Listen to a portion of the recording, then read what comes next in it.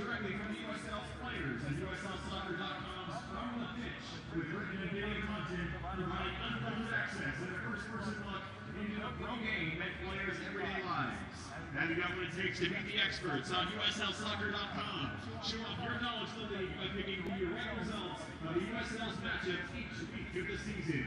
Make sure you cast your vote for the USL Goal of the Week every Monday evening at USLsoccer.com as the road to the fans' choice USL Goal of the Year continues throughout the season.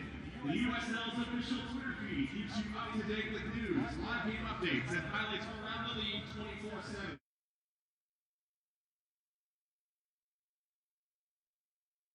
Across the league with news, highlights, and interactive features. Like the USL on Facebook, the league's best content delivered to you.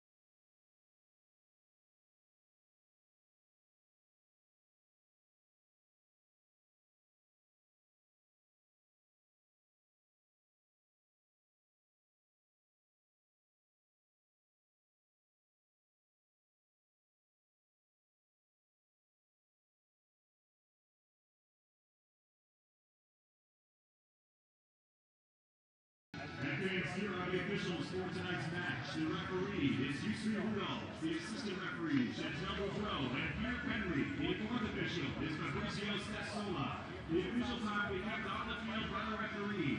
Any additional time on the clock will be indicated by the fourth official on the sideline. And here is tonight's starting lineup for the visiting Ottawa Fury FC. The goalkeeper, number 16, Maxime Verbeau. The defender, number 3, Eddie Edward. The defender, number 20, David Edgar.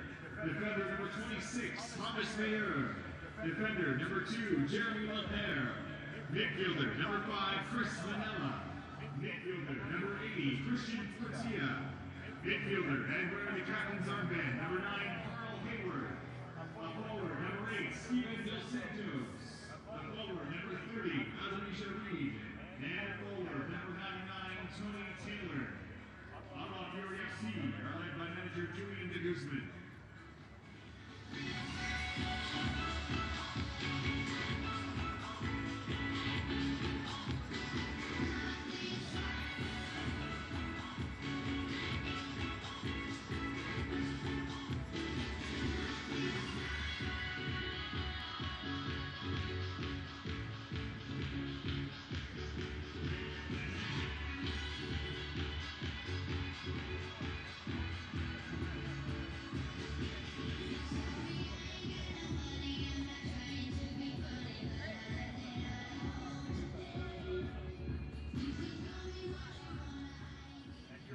Substitutes for your TFC2. The goalkeeper, number 30, Moria Ngoita. A midfielder, number 59, Noel Okello.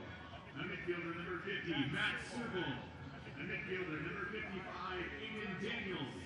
A midfielder, number 58, Jordan Furia. A forward, number 56, Malik Johnson. And a forward, number 64, Sean Hundal.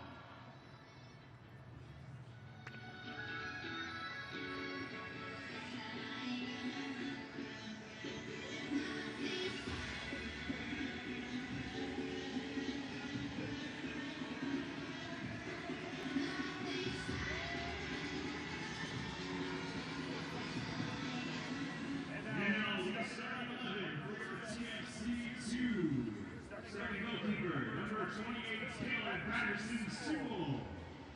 Defender, number 57, Tariq Hollywood. Defender, number 38, Kyle Buellton. Defender, number 49, Robert Bustovich.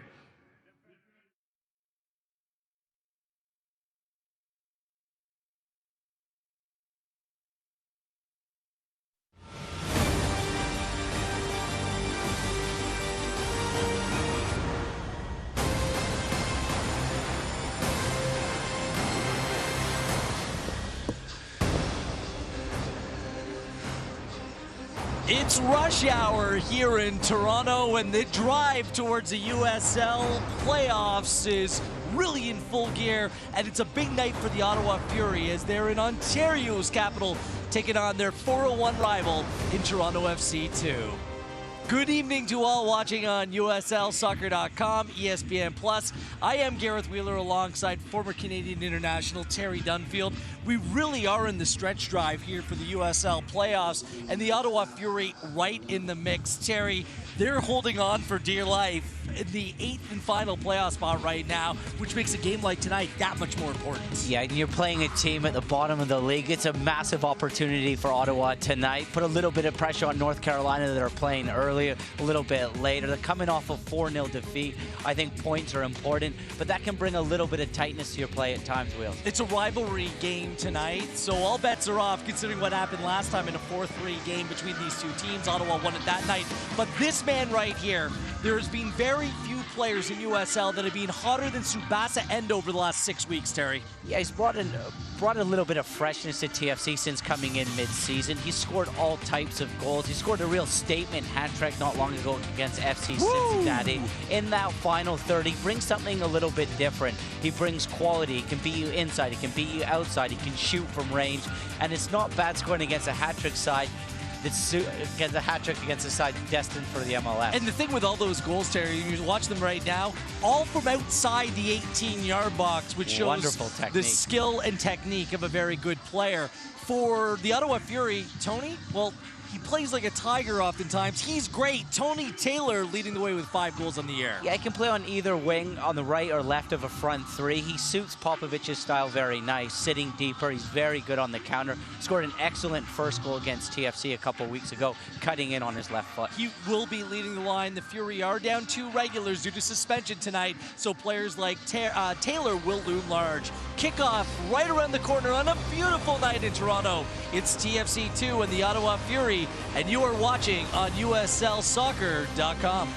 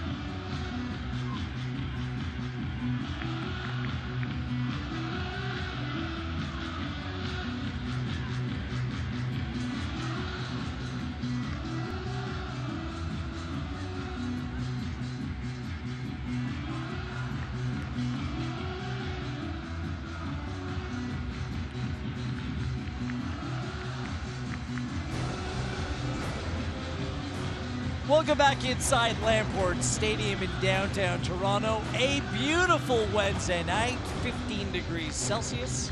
Gareth Wheeler alongside Terry Dunfield at Wheeler TSN, at Terry_Dunfield. Let's take a look at the visiting Ottawa Fury in their starting 11. 2 suspensions, Terry, 2 setting offs last time out in a 4-0 loss at Louisville. No Nana Adekora and no Oliveira in the midfield either. Yeah, Oliveira is an important player they'll be missing. I'm looking forward to watching Portilla play. He's the midfielder that'll set a lot of their attacks up. Also, former and probably current Canadian international David Edgar will be playing at center half. As for Toronto FC too, just like their opponent tonight, coming off a 4-0 loss as well. But it's been a difficult week, and still this is a very strong starting 11 for TFC2.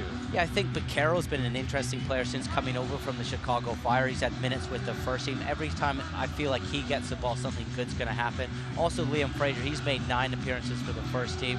He'll sit in front of the back four, almost screening them at times. Also very good at setting attacks. The most recent loss coming against the Bethlehem Steel. There's the head coach of TFC2, Michael Rabaska. The team is playing much better football underneath them, Terry. Yeah, they're really playing on the front foot. They're looking to press a little bit higher, taking care of that ball. And internally, with just 5 games to go, I'm sure they've set out a goal, a target to hit, and how many points they'll pick up. Nikola Popovic, the head coach of the Ottawa Fury, has a club record 12 wins in his first year at the helm in Ottawa. And look, they're in a tussle in the Eastern Conference. The 7th place New York Red Bulls, too, are on 42 points. Ottawa and North Carolina, 8th and 9th place respectively on 41. Then you got Tampa Bay and Nashville on 40 points. All bets are off. So tonight, extremely important for the visiting Fury. Very much so. Lots of experience, lots of Canadian players out there as well. I think Julian de Guzman's done a good job as GM of this club, just putting this team together. And I think with this group of players, they'll be disappointed if they miss out on the playoffs. Popovic has a real distinct style of playing, Wheels, where they sit a little bit deeper and look to hit teams on the counterattack. TFC2 in their traditional all-red kit, Ottawa Fury in all-white as we're underway here at Lamport Stadium. Thrilled to have you joining us here for some midweek and an early kickoff here on a Wednesday night. Your match officials tonight, Yusri Rudolph is in the middle of the park, Chantel Boudreau and Peter Penley man the touch lines, and Fabrizio Strassola is the 4th official. Terry, what's going to be key tonight for both sides? We did see these two teams play to a thrilling 4-3 victory for the Ottawa Fury last time out just 2 weeks ago. Yeah, I think for TFC2, it's going to be important to defend set pieces. Portilla's got excellent deliveries, got a sweet left foot. Also, when TFC2 are in possession, that they don't give that ball away needlessly when they're dispersed and they're open. Ottawa Fury are very good on the counter. Ottawa, I think points are more important for them. At some point, they're going to have to open up and chase that game. And when they do start to open up, I think that's when TFC2 might look to capitalize. Here is Subasa Endo coming off the 3-goal performance in Cincinnati a week ago. Star performer that day. Tariq Muhammad coming down the left-hand side. He's got such wonderful technique, Subasa Endo. He's very much two-footed. He can cut inside and it really strikes the ball well with his right foot when he plays on that left-hand side. But if you start to cut off that lane inside, he's very comfortable beating opponents to the byline and just hanging up balls at the back post. Match has started off much like the last time these two teams played. Ottawa very comfortable sitting back in a block of 4 and 2 blocks of 3. And really focusing on playing on the counter. Yeah, I think it's important for TFC2 to move that ball quickly and maybe try to pick on the 2 fullbacks, shifting that ball back and forth. When you've got a midfield 3 in front of you, at times the fullback can be a little bit isolated. Eddie Edward, couple caps for Canada, had a good career with FC Edmonton, the left back for the Ottawa Fury. He's a right-footed player. Really, he's comfortable at right back. He's playing out of position on this left-hand side. That might be an area I'm looking to expose with the athleticism of Brian Telford. Well, the captain, Carl Howarth, has been so good coming down the right-hand side, and Edgar tries to switch a play. Very good ball down that right-hand side. Down into the deep in the Toronto FC end, and that's where Howarth does so much damage. Just midweek last week in a 2-0 win against Richmond, Howarth scored a goal from a corner kick, was involved in the setup for an own goal as well that day, and that's where really the Ottawa Fury's danger comes from. He's very good at picking his moments when to get forward, like we just saw there. Don't forget, he put the cross lay on for Reed to score the winner against TFC2 in that incredible 4-3 game. 2 times in the last 3 games, Ottawa Fury scored directly from a corner kick. Let's see if they can make it 3 out of 4. It's almost like a set play where the Ottawa Fury put all the big men right inside the area, try to cause trouble for the goalkeeper, and they try to make the goalkeeper force him into a decision, and it almost worked again there. Yeah, the goalkeeper, Borja, he was on the bench today. He was actually in net where Portilla put one over his head. I'm sure he was watching that like, oh, wow, this is bad deja vu. But the next, what a very next nightmare game, this was. Howard scored off the corner kick against Richmond, so it wasn't just against TFC. No, it speaks for the delivery and just the methodology of Popovich, and then they spend a lot of time on set pieces and play direct. It's no nonsense approach. This Ottawa team's had difficulty finding the back of the net on the year, and it makes sense, Terry, if you're lacking that little bit of cutting edge, play a little bit more direct. And if you look at Mailer, DeSantos up top, Eddie Edgar, this is a big, David Edgar, this is a big side. Good ball by Vaquero. He steps into the starting 11 for Serbal. There's Tim Kubel down the right-hand side, and that's going to come off of the Ottawa Fury defender for a Toronto FC 2 corner kick. I think this is a great example here, Wheels, of the fullback not having a ton of protection. I thought Kubel could have put that ball in just a little bit earlier. So Ryan Telfer stepping up. It's going to be an in-swinging corner kick.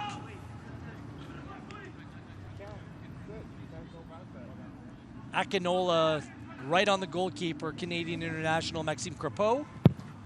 Telfer takes.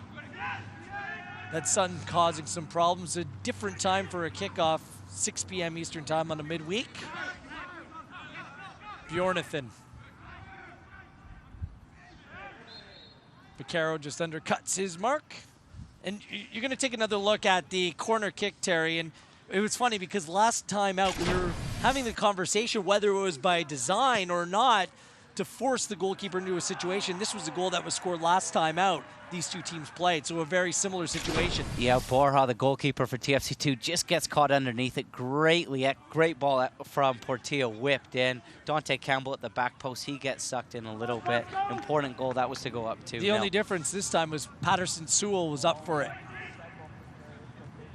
It was a bit of a frustrating one, internally speaking, to Mike Rabaska and the assistant Chris Pozniak, because the players had been well drilled. They knew that this is one of the ways that the Ottawa Fury do play. Well, Christian Portilla, let's see if he finds that magic again. You saw him a moment ago. Have you ever seen a corner kick for grass hockey, how they put the helmet on? Well, look at everyone I'd just put a inside the helmet 6. on if I was Boscovich here. Look at how many players are in the 6-yard box. Go far post, didn't have the bend. If there's bend it like Beckham, it's place it like Portilla, and placement a little bit off that time. The other thing it does is it breaks the rhythm of the game up a little bit as well. Breaks the flow up of TFC2 as they set everything up. It's almost like setting up for a long throw. Right.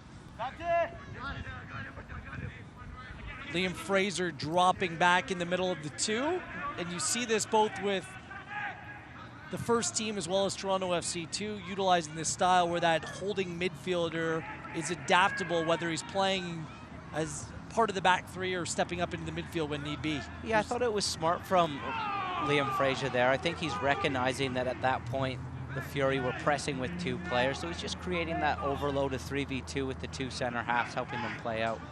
Gagnon Lepar, you're seeing him wear number 2. He's follically challenged, let's put it that way. He's playing very up high. This is a player that's typically played across the back line over the course of the season, just with numbers depleted, with Oliveira suspended for this match. And Gagnon Lepar is preferred up further up the field than maybe a Dixon in this match. But yeah, I think what his job is he's almost trying to stop Liam Fraser setting up attacks, and he's allowing the center halves to get on it. But what the Fury don't want is Liam Fraser picking up that ball in and around the center circle, spraying passes. Tim Kubel, I mean, they play rugby on this field. And Eddie Edward, like he's playing for the Toronto Wolfpack, just taking out Tim Kubel. There you go. No doubt about that. Yeah, again, Eddie Edward, when that ball came into Kubel, he's just sitting off him a little bit. He's worried about that pass inside. Kubel, all sorts of time and space. Just take a touch and get balls into the box. Test this back 4. So you have Endo with the outswinging swinger and Telfer with the threat in the left foot. What do you prefer here, Terry? I like the quality of Endo here. Really, I like a left footer, but I'm sure it is a left footer. Telfer to the far post, easily taken by Crepeau. With that 2-man wall, I mean, it's screaming, just try to put that ball, be a little cheeky, put it near like post. that near post one? We just had a perfect angle from where we were, and just, I don't think the wall was set up all that well.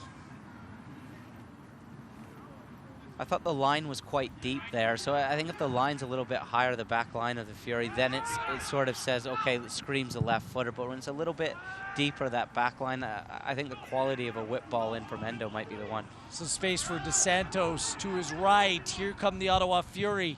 Look in the middle, 2 players. Here's Reed on the ball, stays onside to Taylor. Good recovery by Telfer, and here comes Toronto FC with a little bit of breathing room. Well read by Portilla to win that back. Kubel gets stuck in. There's the first sign of that Fury counterattack breaking down that right-hand side. I thought Boskovic did well not to step out of his shape, just delay. Cross was overcooked a little bit.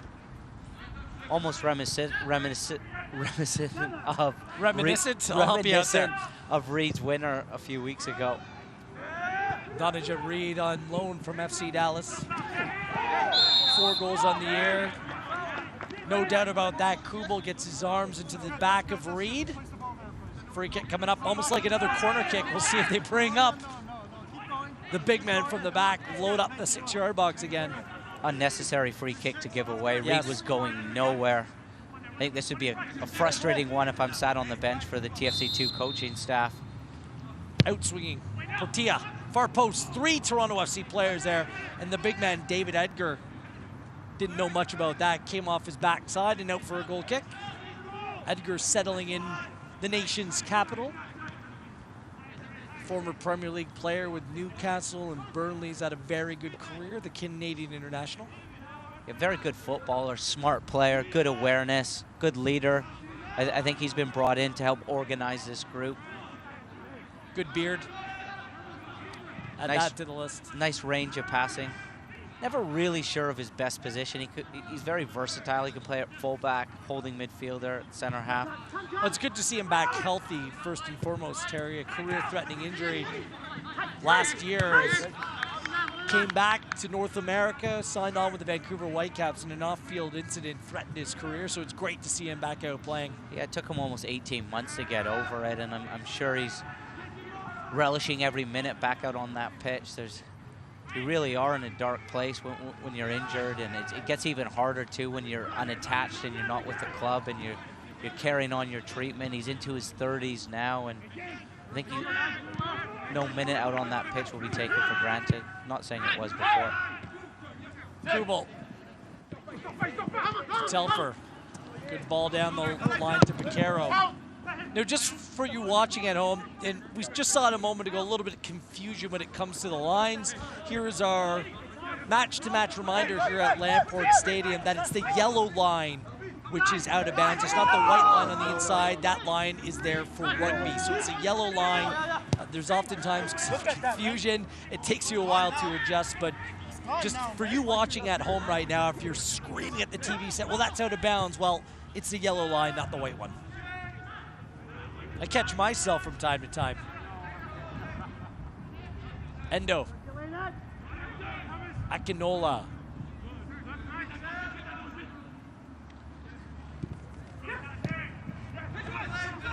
Good work here. Piquero wide to Telfer. Good ball circulation from TFC too. I thought Piquero could have maybe played that first time. As soon as he took a touch there, that slight time edge was gone all of a sudden. Bjornathan. Fraser. Good ball from Endo. Strong, good feet. Overlap coming. Oh, I didn't recognize it there. No. Good call on the overlap. I think if Ryan Telfer sees that overlap, it was a nice little 2v1 against Eddie Edward. Just lay into the path of Kubel. Kubel could have done a better job of maybe communicating as well. Hold it, hold it, hold it, and then at the right moment play it. Liam Fraser does a great job, almost just bustling through the lines, dribbling. It wasn't pretty. Eventually comes out wide to Ryan Telfer, and you're going to see this nice, sexy 2v1 here. Just lay it into the path of Kubel. Edward good to go, shook it off. Critical challenge. Good touch, Fraser to Kubel. Left foot, doesn't get over the first mark. Bjornathan. Campbell switch of play. Good touch, Tariq Muhammad. Youngster, all kinds of promise. It's funny, when you're under pressure like this, most teams aren't comfortable, but I think Ottawa are at their most comfortable defending in this lower block. They're almost like a jack in the box. They're just ready to spring on a cue of a bad touch or a square pass with the pace of Reed and Tony Taylor on that right-hand side. They're going to be patient, Terry, but I just look at this TFC2 team, and it's such a young, inexperienced back line. You almost want to test them, don't you? Yeah, I think for the Fury, when the fullbacks get forward, and they will, Kubo and Mohamed, is there space down the sides of the two center halves? Bjornathan's normally a left back. He's playing out of position a little bit as right center half. But for TFC2 players, it's great. You're going to be able to go out, dictate the game, more or less control the possession. You're playing with no pressure right now as well, whereas for the Fury, you're chasing points. You're chasing that last playoff berth. Well, the good news for Toronto FC too, I mean, they conceded a minute. I think it technically was the second minute. It was like a minute and 2 seconds into their last match against Bethlehem. When you're going uphill that early in a match, I mean, it's just a backbreaker, and you saw the frustration from Caleb Patterson-Sewell, the goalkeeper, wearing the captain's armband tonight. I mean, there was nothing he could do on any of the goals conceded last week. No, I thought he was actually probably TFC2's best player. It could have been a little bit worse. I think this was the first time since Rabaska's taken over where the score wasn't great, and it was probably a little bit worse than what the scoreline reflected. And this is where it's nice when you've got a midweek game. You can put things right. It's a tough week. The group will travel to Charleston on Friday for a game on the weekend. Good turn, Akinola, drawn back. Handful of jersey from Manila. Referee plays advantage. Akinola keeps it. Good strength. Well, the advantage waited too long, played out of it. Here comes Ottawa the other way. Here's Reed. Clip of the heel by Campbell. See, this is what's harsh. Campbell's going to go into the book. He's going to pick up a yellow card. But when Manila has a handful of jersey, there we go. Referee doing the right thing with Rudolph. He's going to show Manila the yellow card. Linked up to our broadcast here. He heard me in his ear. Because both are deserving of a caution. Yeah, agreed, and he gets that right. But I don't think there was really an advantage. I think eventually the Fury recovered there. I thought you could have brought that one back almost a little bit rugby style and given the free kick in the middle of the park. I thought Dante Campbell, he didn't start or play in the last game against Bethlehem. I thought his energy and was missed. It was missed big time. So 2 cautions there in the 17th minute. Campbell and Manila. Portilla. Long far post. Right idea from the Ottawa Fury. Here comes Toronto FC2 with a chance on the counter. Akinola. Gagnon Lapar defends. Finds Baquero. Good recovery by Edward. Baquero had no clue, got to communicate. Here comes Reed on the counters. Kubel committed forward. Reed one-on-one with Bjornathan. Reed on his right foot, big challenge by Bjornathan. Great defending from Bjornathan with no cover whatsoever. That's a great isolated 1v1 for Reed. Thought he just dwelled on it a little bit, just lost a little bit of speed. Manila to Haworth. Game picking up in terms of tempo. Haworth. Portilla, and here comes Ottawa resetting. That's a big challenge, not an easy one against a very talented player in Reed. Got to win your one-on-one battles, and Bjornathan did oh so well. Yeah, massive tackle. It's not a nice feeling on your own. You feel like you're on a little bit of an island defending like that. Patterson-Sewell's communication was excellent as well. Ottawa continues also to be a threat from set pieces, Terry. Good ball to the far post. Yeah, great ball to the back post. I thought he could have gone for goal there. Quality of Portilla again shown. A little bit unselfish trying to head that back across. Haworth reads it well. Such a good player over the top to Taylor. Muhammad gets a piece and all kinds of contact, and no doubt Tony Taylor's going to go into the book as he goes straight through Patterson-Sewell, and Rudolph is playing traffic cop out there as well as referee. Taylor's going to stay down, but a big collision and instigated completely and entirely by the attacking player. Yeah, I thought it was brave from Patterson Sewell to come out. I thought his decision-making was very good. It's a little bit of a deflection. Tariq Mohammed gets a little bit on that ball. I think Tony Taylor, it's right to go for it. He's late. I don't think he quite has the ball, Patterson Sewell. I don't think it's malicious. That ball's in Patterson Sewell's hands. He's got to hold up, and there you go. 19th minute, Taylor You're playing going for to the playoffs at this point of the league. I get it, but you want to be able to stay on the field as well when you're challenging a goalkeeper, and that's a full second late.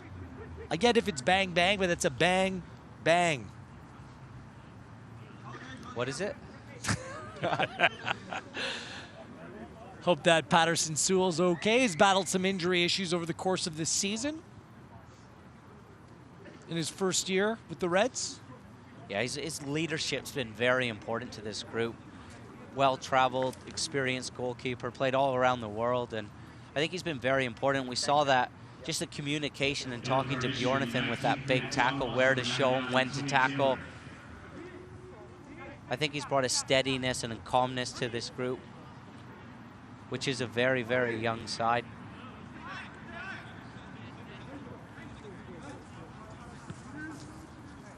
Select is the official soccer ball of the USL.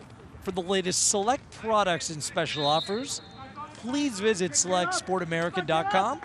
You can receive free shipping on orders over $50. That's selectsportamerica.com. Okay. Gareth Wheeler, Terry Dunfield with you. A midweek game between Ontario rivals, TFC 2, Ottawa Fury. There's no score. I don't mind that from TFC2 going a little bit long, mixing it up, not playing out of the back. All of a sudden, now they've got a deep throw in, and they're right in the Fury's half. Endo inside the 18. Well dealt with by David Edgar. That's difficult as it came off the turf. Boscovich.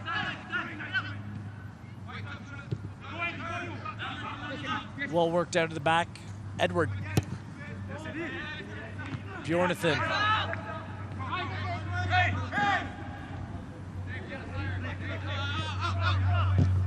Big challenge by Reed on Kubel.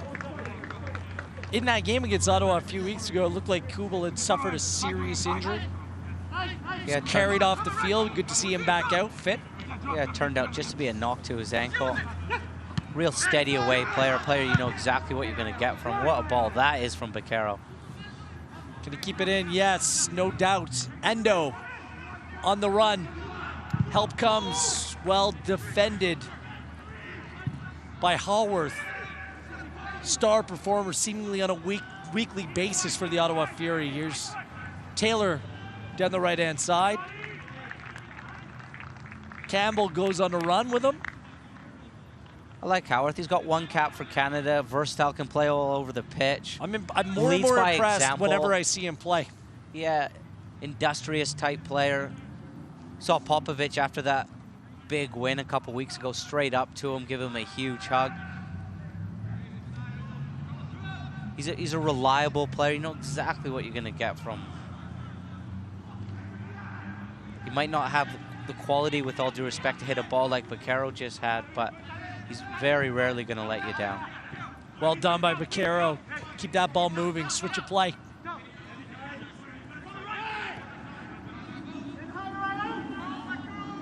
Daniel Lepar holding Fraser back.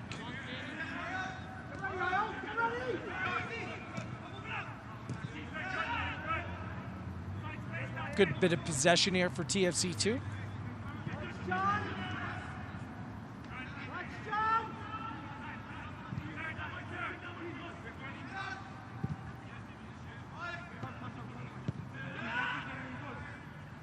It's interesting how TFC2 morph almost into a back three when the two press. I think it's smart. You always have that extra number. You always have an outlet. Kubel and Mohammed playing very high. There's Akinola. Well done, David Edgar. Very good start to this match. He reads the game quite well.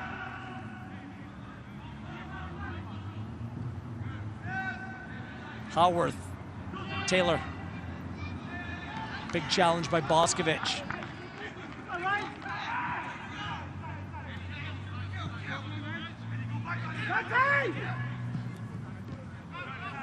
Points are of the essence for the Ottawa Fury. Between 7 and just about 12 in the Eastern Conference. It's a coin flip at this point. Coming in here and playing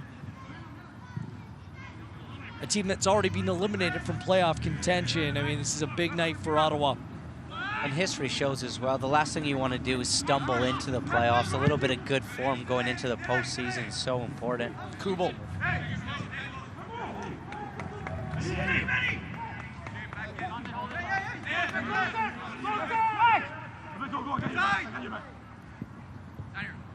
Good ball by Vaquero. He comes from pretty good stock, Vaquero. His old man, Jose Vaquero, played for Barcelona 260 times, 30 caps for Spain. I actually watched him play in the Combine, the MLS Combine in 2018. He was the best player out there. Chicago Fire picked him up 5th overall. Good ball inside the area. Telfer, did he get taken down? Referee says play on. Here goes Endo. The backside of Edgar.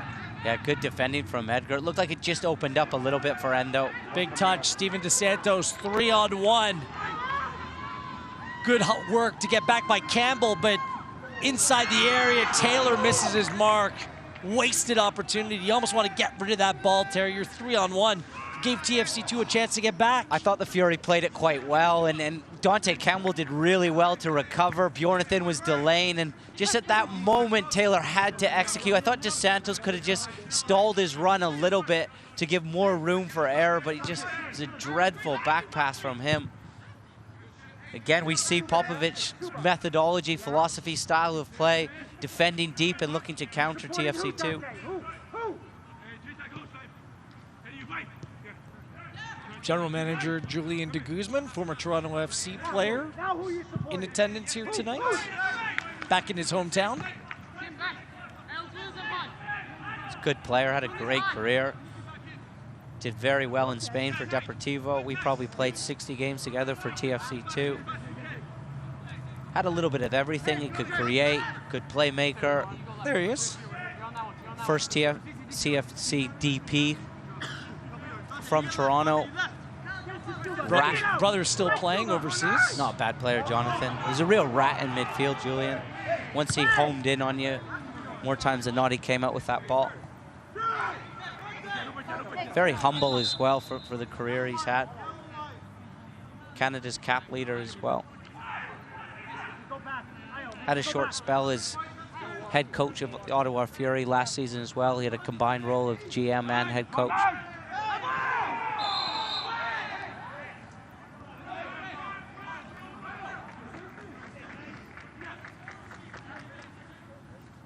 Ottawa just seems very comfortable right now, which is good news. And this kind of follows what happened the last time these two teams played. And in a blink of an eye, 7 goals went into the back of the net. It really was. In and around halftime. At times, it looks like Ottawa's just playing in first or second gear, but just that ability to get out there and play on the counter makes them so dangerous. Portilla and Reed over this free kick as Endo and Telford provide the 2-man wall. They've been very efficient. They've created the better opportunities while TFC have controlled the play of the game. Portilla. There's Edgar. Far post. DeSantos goes over the bar. Well, I think that's one he'd like back. Great ball again from Portilla. We spoke about it's going to be important for TFC2 to defend these set pieces. I thought the run from DeSantos wasn't great. He mistimed it. He just gets ahead of the ball. If he just holds that run a little bit, I think he comes onto that header rather than getting underneath it. All he can do is head it over. He's got some serious size. The striker from Cape Verde, 4 goals on the year. Always seems to be in the middle of everything. Akinola does well to bring that down. Manella, the former TFC product, gets stuck in. Endo. Howarth. Tough one for Endo there. Everyone just ran away from him. He needed a little bit of support. He was under good pressure there. Would you like to see Endo maybe come more into the middle so he could have more of an influence as a creative player? I mean, he's kind of stuck out there on the left-hand side. He's so versatile, Terry. He plays down the right, plays down the left. Can play down the middle. Where would you prefer to see him? In today's game, I wouldn't mind seeing him over on this right-hand side. I think Ryan Telfer's getting a ton of ball, and I think Endo might be able to do a little bit more with it, maybe see those two switch. I think today's game doesn't really suit him coming inside. I think that's where all the Fury's density is. Caro, good challenge by Mayer. I'd like to see Endo maybe come over here and try to pick on Eddie Edward a little bit. Howarth, as you brought up a couple times, he's good ball, pretty capable defensively. Good ball to Taylor. Cuts inside. Scored a goal just like that last time out, coming from the right-hand side, putting it on his left foot. Another good block by Toronto FC too. There's a little bit of an appeal there at the back post from Popovich, the Fury coach. Reed went feels down. As though Kubel just tangled up with Reed at the back post. I don't think there was anything in it for me. Don't think the referee was looking at that side of the field, which is the very difficult ask considering that the linesman's on the far side as well. Exactly. It was good covering, defending. It was a nice step from a TFC2 defender. Oh, miscommunication between Bjornathan and Kubel. Big challenge, and the referee points to the spot. Reed pushing Patterson-Sewell. They goes for his neck. He should learn because Adekora was sent off doing that exact same thing against Louisville last week. Let's see what the referee, Rudolph, how he legislates this. Yeah, I'm not sure what Reed's doing. Like, Ottawa has more to lose here than they have to gain. They're already given the penalty. Yeah, just emotions out of control there. It needs to keep calling it. First look of that penalty, I thought it was maybe a little bit of a makeup call for the last one that he missed on Reed. I thought Kubel got all ball. Terry, you described the penalty. I'm going to keep my eyes on how the referee handles this situation. What do you see here? Yeah, we see a ball in behind it. The header from Bjornathan goes off of Kubel. Reed gets ahead of Kubel. He cuts back, and it's all ball. It's not a penalty for me. Patterson-Sewell goes over to Reed. He's not happy with him diving. Then there's a little bit of afters, a little bit of machonism from Reed. 100%, it's not a penalty. If VAR and MLS is really looking at this would be overturned.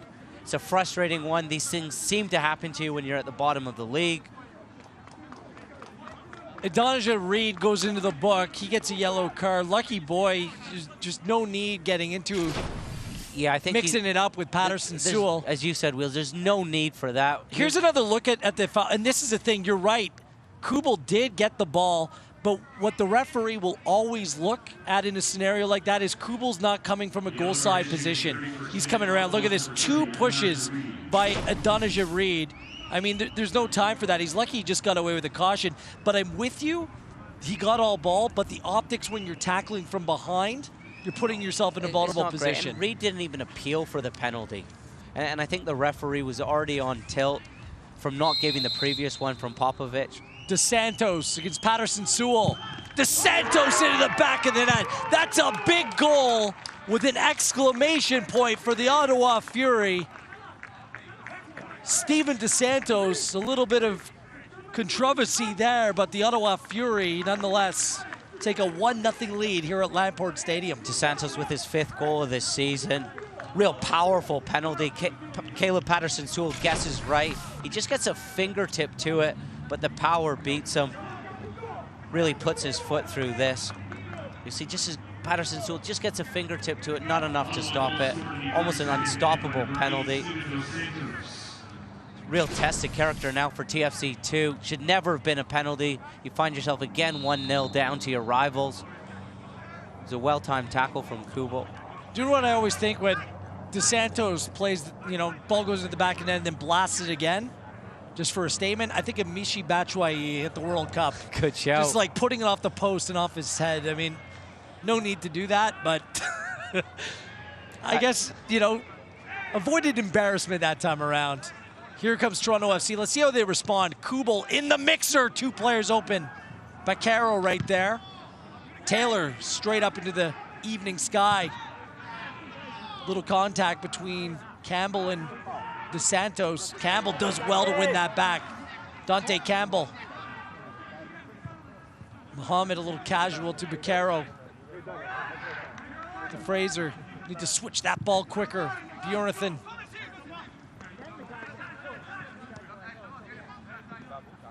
I know we're a home broadcast here, but I feel for TFC too right now. It should never have been a penalty. Good ball.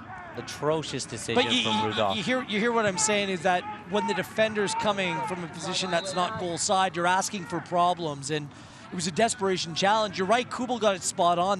There's no way that he made contact with the player first. That was all ball. And if you look at the angle from the referee, it's a tough one because you need to sort of see around him. It would have helped if the linesman again was on this side. And I just think that Popovich being in his ear from the previous attack where Reed went down off the ball with Kubel, I think that's in the back of his mind a little bit. There wasn't really an appeal from the Fury players on the pitch. The appeal came from the bench, and rather than taking a second to think about it, he was very quick, Rudolph, to call the penalty. Right, but again, it's a self-inflicted wound. They put themselves in a vulnerable position. No communication between Kubel and Bjornathan. Good thing, good point. I think it's a compounded error almost. I think that header from Bjornathan, who's playing out of position, he needs to head that away. He hits it off Kubel, and all of a sudden Reed finds himself in. Here he comes again. Bjornathan comes over. Such an elusive player. There he goes. Good move inside. Gagnon Laporte to Taylor. Now, Popovich is having a go. There's your penalty. And you say things even themselves out. Well, that's what I was getting at here. And I feel the coaches, both coaches right now are frustrating. Rudolph he's lost things a little bit. It's good play from Reed. He cuts inside. And watch Piquero here at the top of your picture. Well, it looks near the ball. The ball's gone, but he blatantly kicks Reed in the box. Well, I don't think there's much contact there. I think it's a good no call by the referee. You're right. I mean, it was a good move, but Reed almost lost possession of the ball. No, you're right. It's not a penalty, and I don't think there was contact. Maybe it's minimal. The ball was gone. Again, Piquero, look, he needs to keep his composure. There's no need to dangle a leg out like that. Haworth, long throw.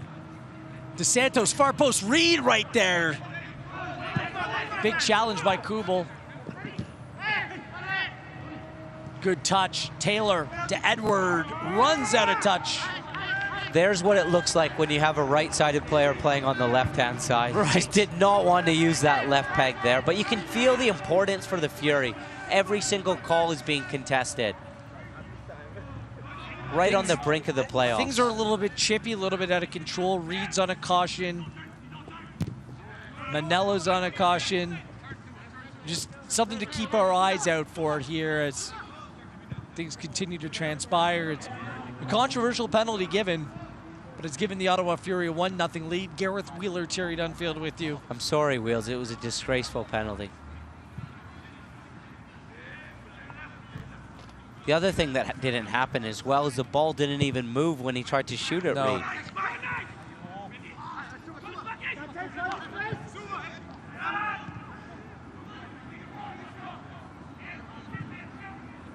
Mohammed.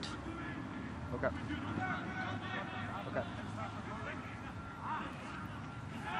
DeSantos.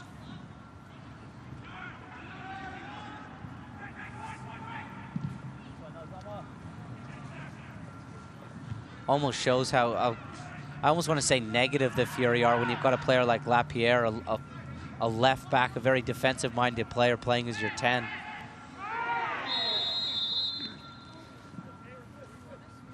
Right in front of the linesman that time, no doubt about that. Free kick coming up for the Ottawa Fury. They've been a threat on set pieces all match long.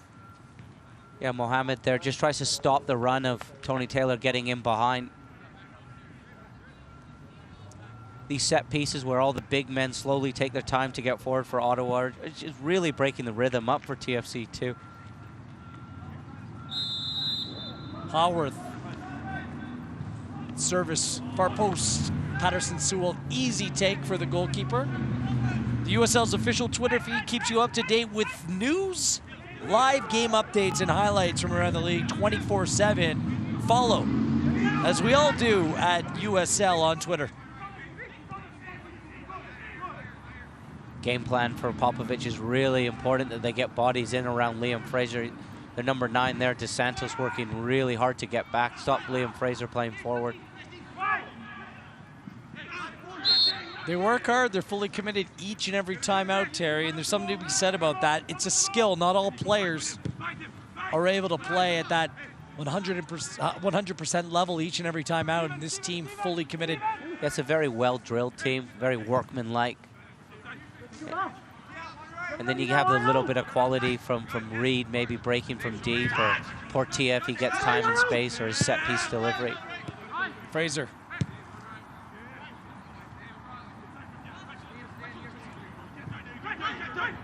It's like watching your team play Rubbish Man United, or a little bit how like the Whitecaps play.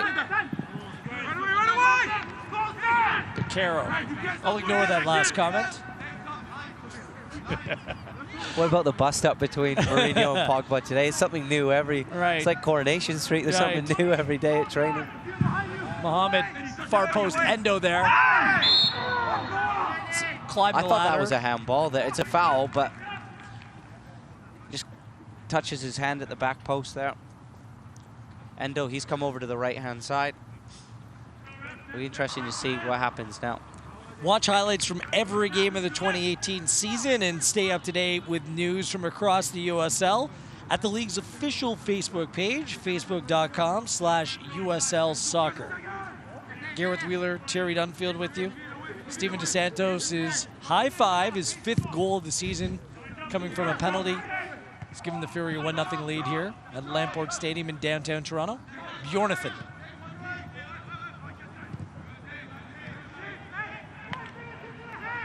Tariq Mohamed.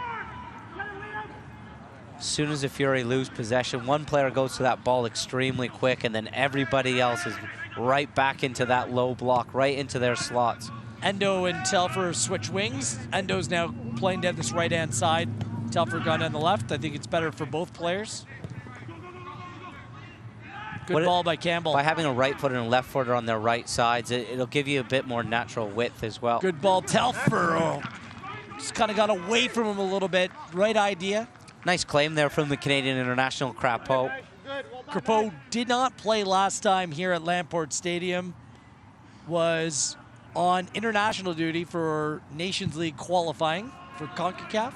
Part of John Herdman's setup. It was David Monsalve at goalkeeper that day. Oh, nice work by Baccaro. Slips past the defender. Silky smooth. Telfer.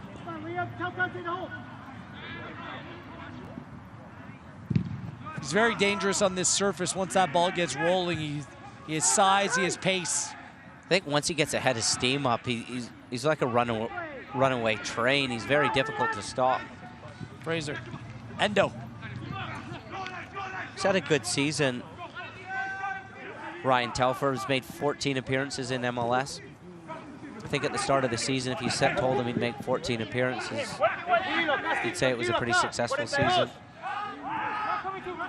Personally, I had an interesting chat with Jonathan Osorio yesterday, TFC first-team player up at the training ground, about John Herdman and the style of play and what he's looking to do with the players. And he spoke about the different platforms and how Canada are going to try to morph into different shapes, give the opposition different looks.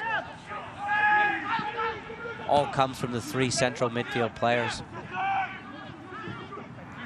You don't find that interesting? I do. I was just letting you explain. Didn't really sell it, though. You kind of explained it a little bit, but you didn't sell it. Where's the passion? That's what I was looking for. Where's a John Herdman type passion? I was thinking, where was that when I was playing? Every time I hear John Herdman speak, I just want to go run through a wall. And I think that's going to be, and it's going to reflect well in the players' play as well for Canada. They're going to be playing here in Toronto October 16th against Dominica. Tickets still available at BMO Field. Yeah, I think the players will be very well drilled. They'll know what's expected of them. I think it's a young team, lots of athleticism. Well, and big news this week with Balou Tabla, who plays for the Barcelona B team, former Montreal Impact player, has declared he will play for the Canadian men's national team. I guess Didier Drogba lost his phone number as he tried to convince him to play for his native Ivory Coast, but Balou Tabla proudly will don the maple leaf going forward as Canada embarks on this new era, which they hope will lead them to a World Cup berth in 2022 in Qatar before a home World Cup, the joint bid, Mexico-US in 2026. I wasn't convinced by Tableau when he was in Montreal. Obviously, there's something there for He scored a nice goal at Barcelona B to go and sign them. I think he's a bit of a X-factor player who can just turn a game in a second, and definitely the type of player you want in and around your squad. And it'll be interesting to see how he's developed over the last 12 months playing for Barcelona. He scored a great goal for the Impact in the Canadian Championship at BMO Field against Toronto FC last summer. But what I'm saying is I'm convinced Alphonso Davies is a top player, and I can see why Bayern Munich spent 20 million on him. Whereas with Blue Tableau, Barcelona's B, they still spent 2-3 million on him, but I still think that's on potential. Dos Santos like a bull in a china shop coming straight through Campbell. Krubel, good ball, Endo. Edgar, like he's done all match through 45 minutes. Found a little reading the play very well. Yeah, he found a little bit of space in between the lines there, Sebastian Endo. And I think if he just checked over his shoulder there, Ryan Telfer was in a good spot. A little bit of Dwight Cole, Andy Cole link-up play might have been the... Dwight York, Andy Cole. Yeah, if he maybe would have dummied that and sort of played off of Ryan Telfer, that might have been the better choice. In-swinging corner kick coming up as we play the final seconds of the first half of play. Telfer, near post. My pet peeve, not being able to get it past the first defender. Mohamed. It's a frustrating one for the big center halves when you run 50 yards up the pitch. Ooh, Baquero has done that on multiple occasions. And Manella needs to be careful. He's on a caution. Fourth official indicates 2 minutes of time added on. I'm surprised the TFC2 player there didn't just remind the referee, look, he's already been booked. Great feet from Baquero. He's got wonderful awareness. Endo. Big Davy Edgar there. Heads that half clear. Get that back in. Campbell. The big man still in the far post. Boscovich. Too cute now down this near side, Terry. When you still have the big man up, you want to play a little bit more direct, don't you? Yeah, I thought the Fury started to sag there a little bit, but Carroll was in a great spot at the edge of the box for a cutback. I think Dante Campbell was just trying to knock it around the defender and run onto his own pass there. Krubel.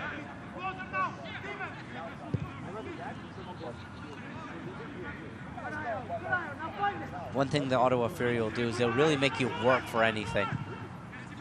Good switch of play. Endo, Krubel first time near post. Mayer plays that out of touch, no nonsense.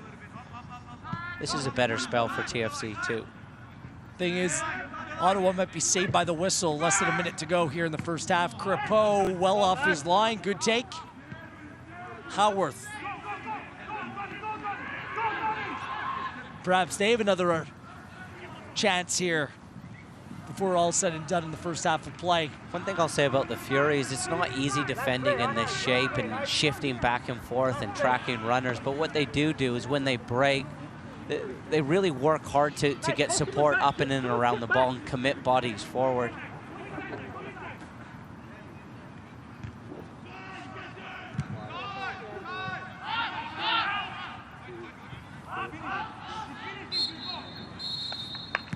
And there's your first half whistle. The Ottawa Fury, in controversial fashion, Terry, through a Steven Dos Santos penalty.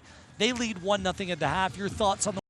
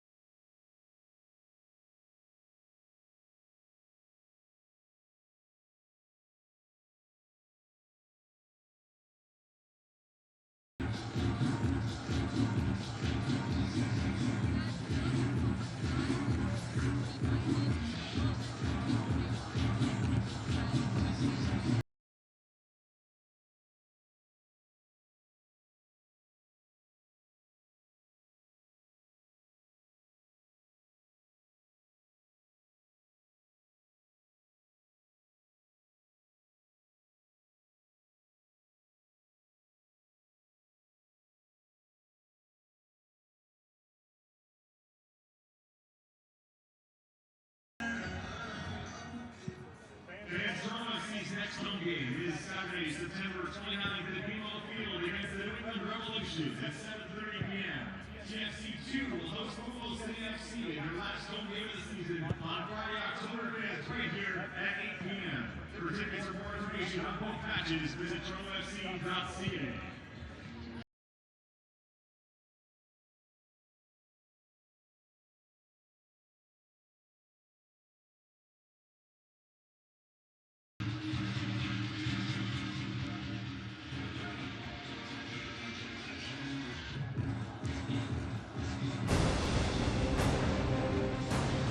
The Ottawa Fury with a precious goal in the first 45 minutes of play. It comes through the big man, Steven DeSantos, from the penalty spot as they lead TFC 2 here at Lamport Stadium. Welcome back on a beautiful night here in Toronto. Gareth Wheeler alongside former Canadian international in Terry Dunfield. It was a scrappy first half of play, and I guess predictably so, Terry, with the Ottawa Fury right now sitting in 8th place in the Eastern Conference. They're holding down that final playoff spot, and they're playing like they're really holding on for dear life. Yeah, I think the scrappy play actually probably suited the Ottawa Fury. I thought TFC2 started the game the better, were controlling it, and the Fury were looking dangerous on the counterattack. A couple of scrappy early fouls there that led to a couple of yellow cards. Some brave goalkeeping here from Patterson Sewell. There was just the one decision really in the first half of play which decided how things have played out. Some miscommunication. It's right here. Tim Kubel in his recovery defensively.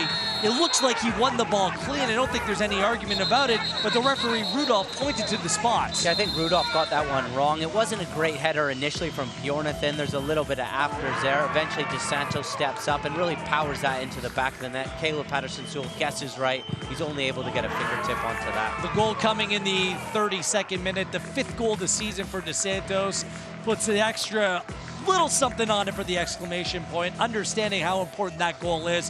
Look, it's one-way traffic. The Ottawa Fury, they're just content sitting back on the counterattack. Terry, can they afford to play that way in the second half? I think so, especially even with that goal, because you've now got even more to protect, and then just pick your moments to go for it and look for that second goal on the counterattack.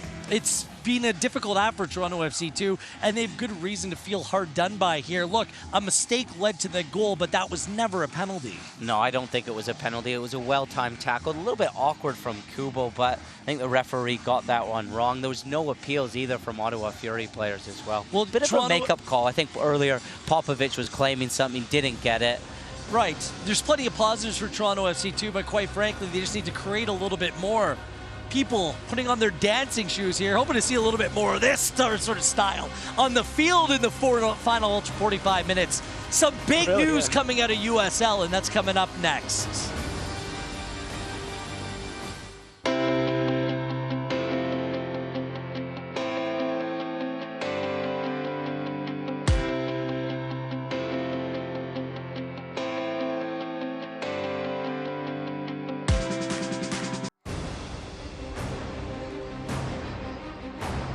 The iconic CN Tower in downtown Toronto, the perfect backdrop for a beautiful night of football. The Ottawa Fury lead Toronto FC 2, 1-0 through 45 minutes of play. Plenty of midweek action to speak of in the USL as we push on to see what teams will punch their ticket. Now, we know that the Ottawa Fury is right in the mix, but a number of other teams right in there as well, vying for playoff positioning. There is a weather delay right now between Penn FC and the Pittsburgh Riverhounds, but some big games coming up tonight, including North Carolina FC, who are in 9th place in the Eastern Conference. They're on 41 points as well. They're trying to chase down the Charleston Battery as the Battery are trying to hold down and lock up a playoff berth. We should also mention the Tampa Bay Rowdies. They're on 40 points in 10th place in the Eastern Conference. A big game for them tonight against Indy 11, who sit in 6th place in the Eastern Conference as well. FC Cincinnati, they've already clinched first place, 69 points. What a year for FC Cincinnati.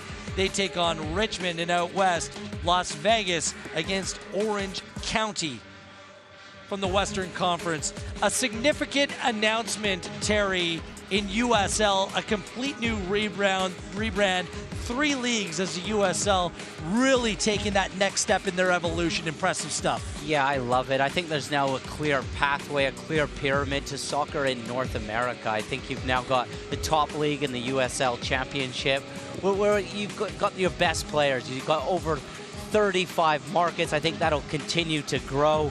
I think there's going to be more opportunity for players. I think players will find their level. You've got the USL League underneath, which offers opportunity for players, more opportunity for pro soccer players. And then you've got your development league, USL League 2. It's got a feel of what's happened in England with the Championship League 1 and League 2. It's a proper pathway, isn't it? So good stuff there. 8 years of USL soccer.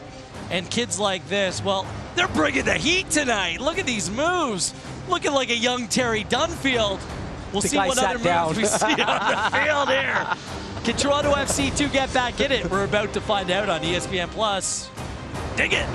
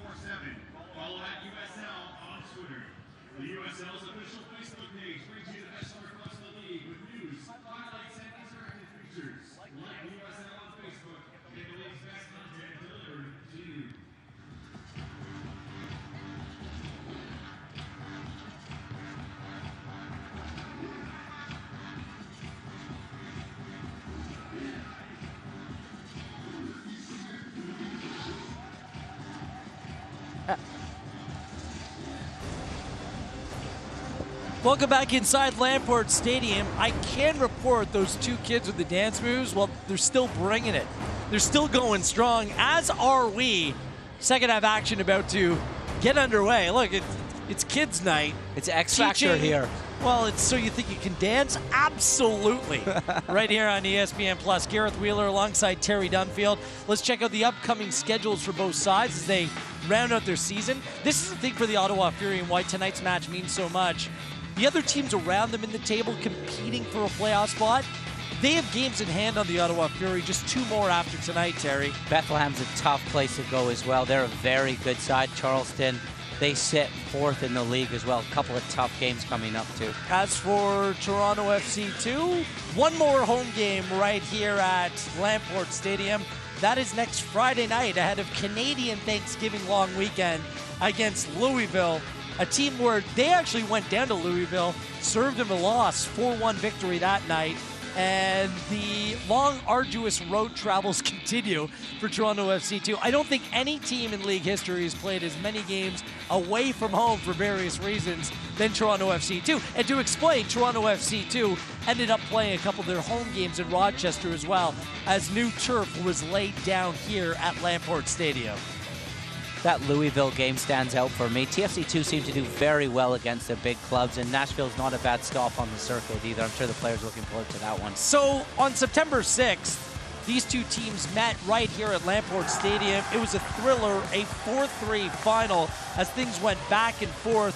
Here is your match winner as Toronto FC 2 came back from a 2-0 deficit at the half. Howarth coming down the right-hand side. He found the then substituted Adonijah Reed at the far post. He played hero that night. He was all over it here in the first half as well. Clubs traded goals, and goals do change games. That was Reed at the back post. I thought Dante Campbell could have done a little bit better, but a real important 3 points for the Fury that night. Hopefully TFC2 can get an early goal, get themselves back in this game, and then who knows which way it'll go. Doesn't look like any substitutions, that is, have been made. We will tell you that 3 Ottawa Fury players are on a caution: Manella, Taylor, and Reed. And as for Toronto FC2, Dante Campbell's in the book. Things have cooled off considerably, but all things considered, a picture-perfect Wednesday night in late September here in Toronto. There's like a Monet sky off to the south end of the stadium over Lake Ontario with the pastel colors. Simply stunning. Beautiful. You can see BMO field of the first team just on the horizon. Share my knowledge of fine art. Monet. Let's hope we see a masterpiece here in the second half. Here's Taylor right out of the gate. There's a foul right there. No call given. TFC2 very lucky as looked like Muhammad came through the back of Tony Taylor.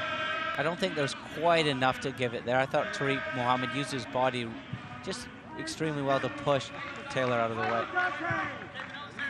Definitely worth an appeal, though.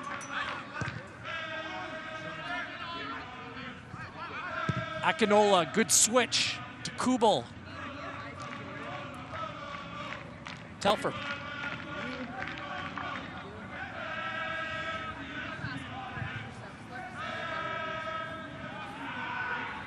Ottawa missing first choice center back Nana Adekora, suspended for tonight's match after being sent off against Louisville. And that scoreline from the weekend jumps off the page, like losing 4-0. Ottawa right in the mix of a playoff hunt, but two players sent off in that game, and it was level.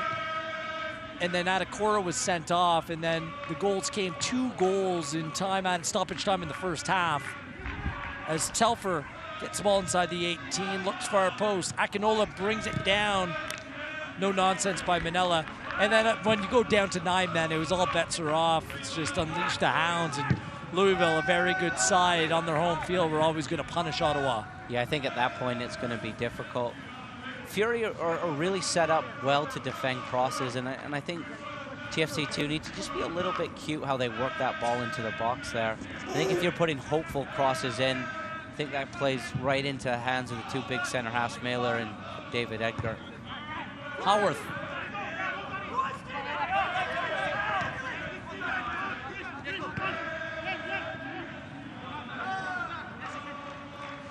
Neil Lepar's done a very good job playing that position a little bit further up the field. Yeah, he's ratted around well. He's got in and around Liam Fraser, stopped him from playing, and then in possession, he's just kept the Fury ticking over. He's got nice energy, he's got good legs, he's able to get in and around DeSantos. Taylor gets in behind Muhammad, good ball, and an even better recovery by Campbell as DeSantos was waiting there. Muhammad got burned just ball watching a little bit. That happened to him again on the weekend in Bethlehem as well. He's a young player, he'll learn from these mistakes. Just caught high a little bit there, has to head it out for a corner kick. He's a player with a huge upside. I really like him. He's the new breed of fullback, loves to get forward. He's got a great left foot.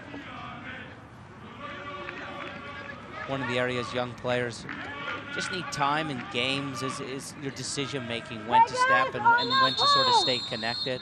Look at the numbers inside the 6. Portilla is going to try to bend this in again. Referee's going to have a word. Edgar, DeSantos, Edward. You can't quite see it on your screen.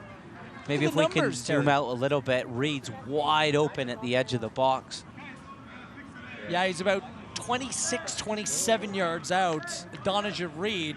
It's interesting, TFC2 are keeping 2 players on halfway to try to suck out some of the Fury players. Portilla bends that in. Patterson Sewell, big punch.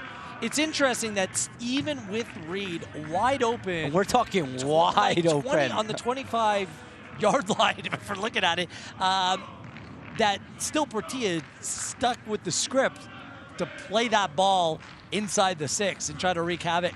I guess if it isn't broken, don't change it. No kidding. To be fair, Patterson Sewell's handled these set pieces extremely well. He's been brave. He's come off his line. I thought he did well there to just box that one out, not take any chances.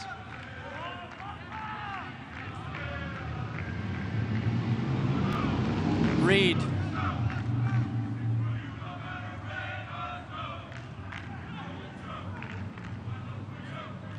Big collision, tried to go right through Kubel.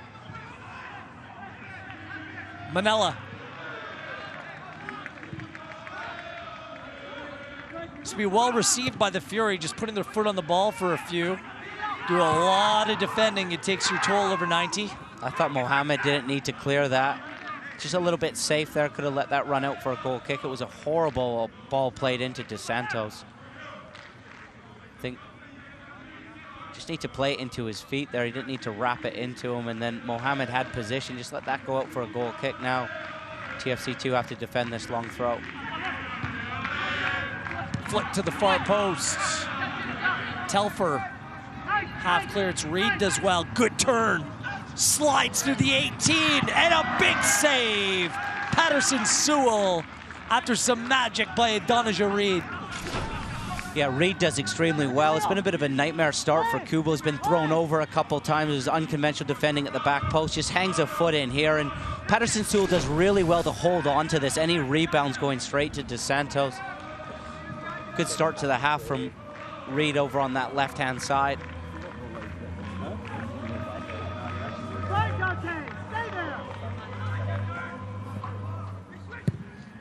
Fraser, big switch. Overcooked it a little bit too much. Out for an Ottawa throw.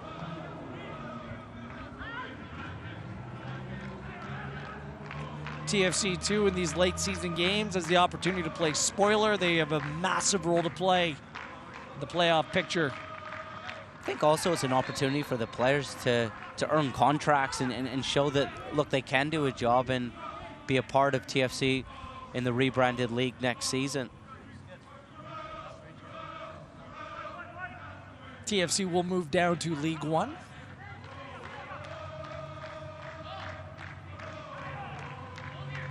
This is so frustrating when you want to play and you're trying to chase a goal here. Just how long these free kicks take to come into the box. Portilla, well defended by Bjornathan. And it's a stop-start nature of this all. It's just, there's absolutely zero flow or momentum in this game. Boskovic does well. Great header from Boskovic off the back foot. It was an excellent ball from Portilla. If he's got time and space, his delivery's excellent. Endo hasn't been on the ball anywhere near enough for me tonight. Can be such an influential player, just has been on the periphery. And when he's picking it up too, the Fury are really set in their blocks. There's not a whole bunch of movement in front of them. Taylor.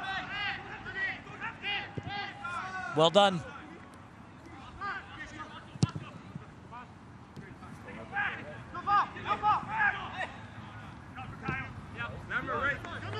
Dos Santos straight out of touch. Popovich is having some players warm up here on the touchline.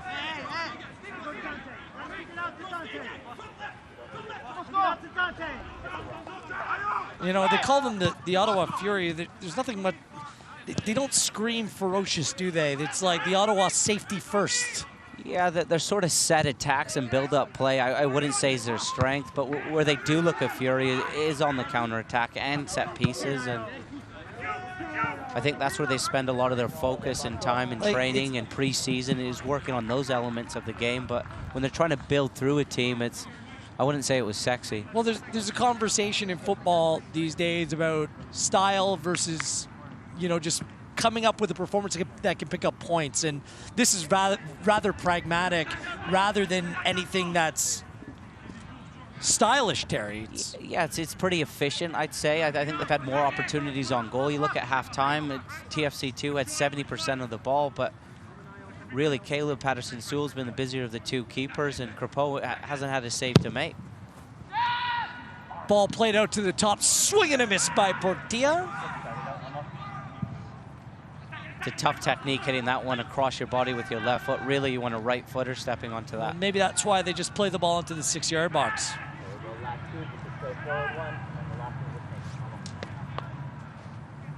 Kubel. Back to Bjornathan. If you're Michael Rabaska in Toronto FC, do you switch things up a little bit, try to put a little bit more pressure on the Fury? Like, this has been a very cautious start to the second half. Yeah, I think you have to trust in what you've worked on all week in training, and I think TFC2 need to just be a little bit patient and keep that ball and try to shift the Fury like they did earlier on in the game and try to isolate a couple of these fullbacks. But I don't think you're going to be able to do it in one pass from a diagonal from Liam Fraser. I think it's going to take a couple of passes to create that 2v1 or a nice 1v1. Mohamed pulls back to Santos, and his name is going to be written in Rudolph's book. I think you've got a couple of players that you can sort of change the game a little bit. At the moment, TFC2 have two sort of sitters either side of Lapierre. You've got Dante Campbell and Liam Fraser. You could bring in a Matty Serbo or possibly a Malik Johnson to play a little bit higher up in and around Baquero.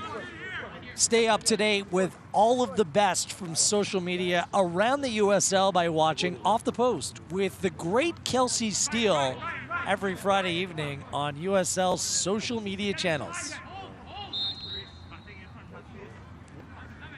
Terry Dunfield's main move is blue steel, a la Zoolander, isn't it? Haworth. The player I'd like to see come in and just for a little bit of a change of pace is Crépeau. Well, he was watching those kids dance at halftime, put on his dancing shoes and jigged his way out of trouble right there. I don't mind that from Crépeau. It shows that he's confident right now. It's important, though, that Baquero isn't dribbled, and you can see that Crépeau is under a little bit of pressure. He shapes like he's going to strike it with his right. Whoop. He really sells it well. Terry, there was nothing smooth about that. That was like Dunfield on the dance floor on a Friday night. Olé. Just trying to get the job done, trying to blend in. Dance floor on a Friday night. That's been a while. It's been a while since I've been there. Telfer out of touch, and it's going to be a goal kick. I would like to see Malik Johnson come into the game because I feel like you need a player that can step up the pace a little bit, beat a man for speed, and try to force Ottawa into some uncomfortable situations. Everything's too straightforward, you know what I mean, Terry? Like it's. Yeah, I think if you've got a player that can go past someone, all of a sudden you've unbalanced that almost 2 blocks of 4 that the Fury have, or block of 4 and 3. At the moment, TFC2 are just trying to pass their way through and in and around the Fury and are just struggling a little bit. It's not a great surface as well for that. He's a bit of a spark plug as well. Taylor, good hit. Boskovic may have got a piece on that. Similar area to where he scored the first goal a couple weeks ago with his left foot. I think it sat up nicely for the hit it, and he almost, whether it was a touch from Boskovic or the turf, it just, as it hit it bounced, it almost took the sting out of the shot. Here's where you need to inject a little bit of pace and change the tempo. It's just a little bit one-paced, isn't it? Yep.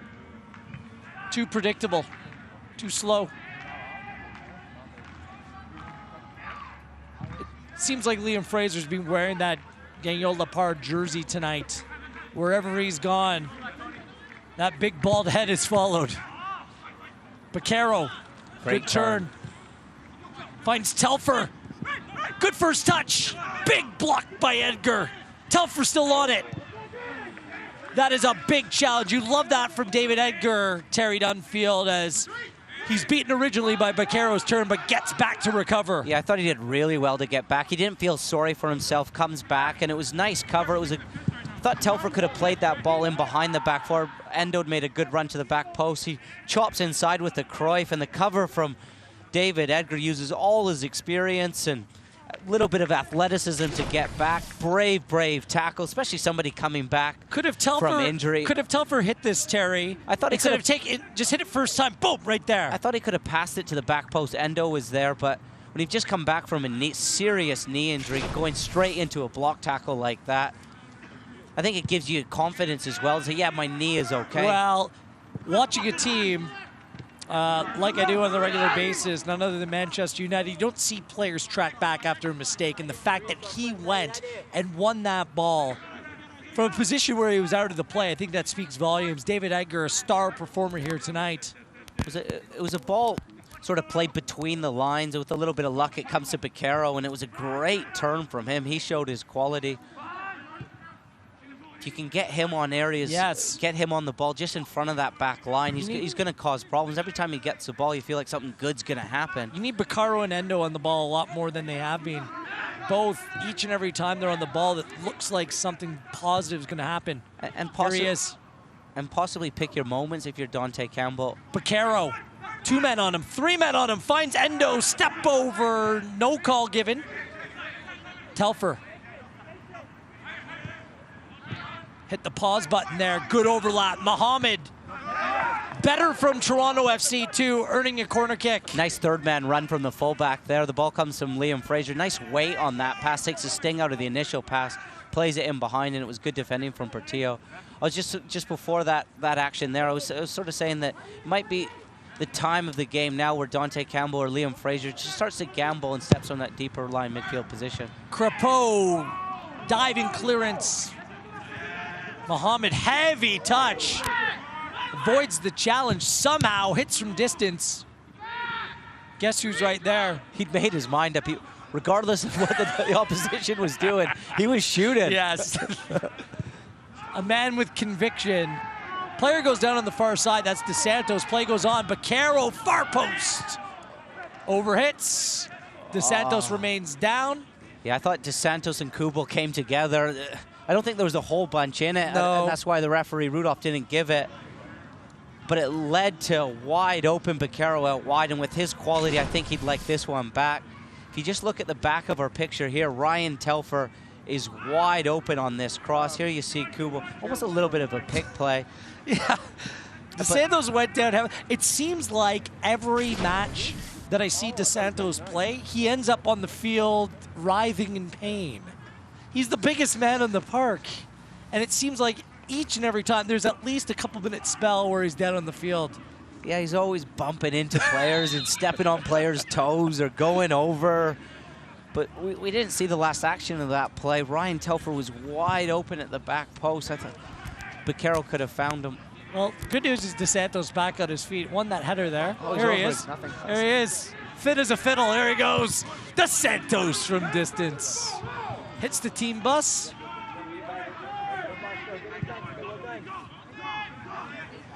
Surprised Ottawa didn't just park that bus on their side of the pitch. Be a quicker leave after the game. Right. Yeah, he's a big profile. He's a little bit awkward, and at this level, he's real difficult to play against. I wouldn't call him silky. Piquero. Telfer takes down his man. Free kick coming up. I think he's effective as well. If you do win it deep, you can sort of play into DeSantos, and then you've got Taylor and Reed sort of playing off of him.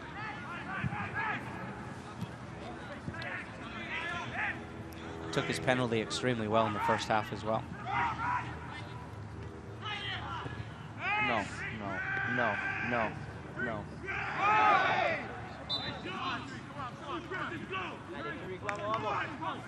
Hallworth coming up the field. Neither head coach has gone to their bench as of yet. We'll see who blinks first.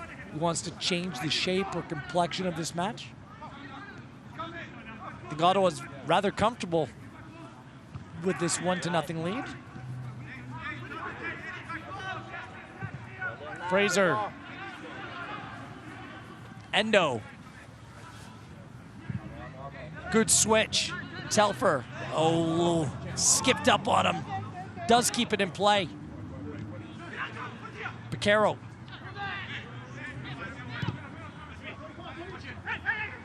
Telfer closed down by 3 Fury defenders. Good switch. Kubel. Gets it far post. Good control. Good technique. Just the ball bounced up on Baquero a little bit. Right idea. Akinola knocked down for Baquero. Yeah, tries to take that on the half volley. If he'd seen Ryan Telfer over on this left-hand side, that might have been an option as well. Get an inside look at life on and off the field from a player's perspective every Wednesday evening.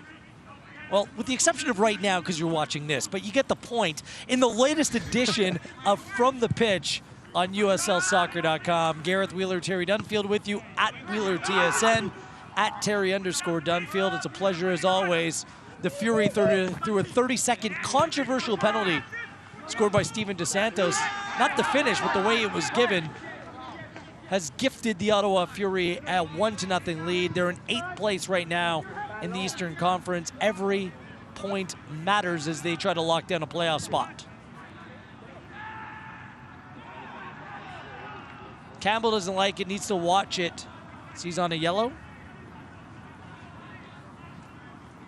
Looks like assistant coach Chris Pozniak is being given some orders as to which player may be asked to come onto the field to play for TFC2. Short bench tonight for the Ottawa Fury, with 2 players suspended, just 4 outfield players to choose from. Here comes TFC2 the other way. Akinola just gets his lines crossed. A little bit of a penalty appeal there. I don't think there was enough in it. I think Liam Fraser did well to track back and just shrugged Reed out of the way.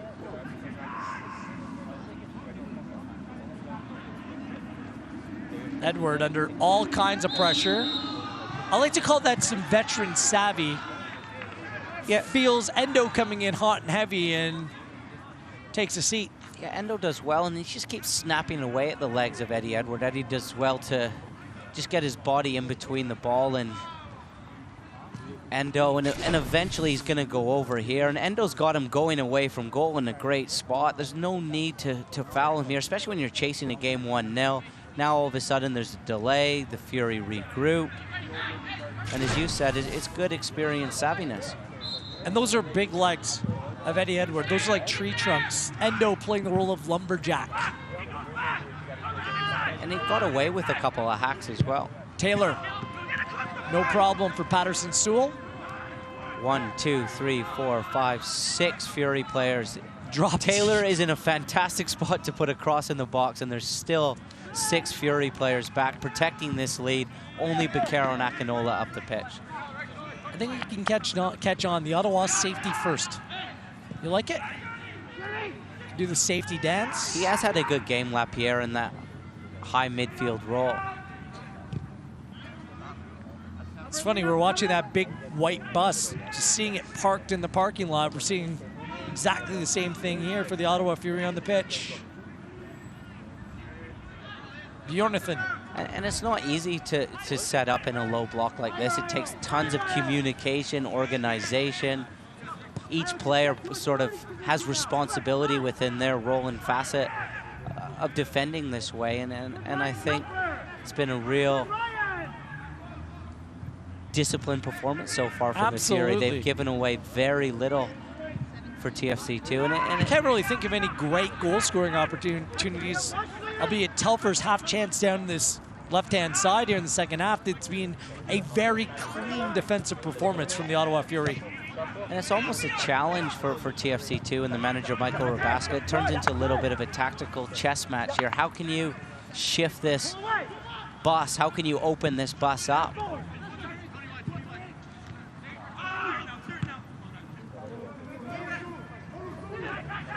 How can you get Ryan Telfer, Endo, and Baquero on that ball in great spots where they can try to penetrate this back four with the 3 in front of them? Thought that ball played out of touch, was going straight to our cameraman, Brendan Schnurr. I'm not sure about his first touch, so good thing it just avoided him. I don't know whether he's really cold or he's just a man of stone. He didn't even move at all. Consummate professional. Fraser. Bjornathan. Kubel.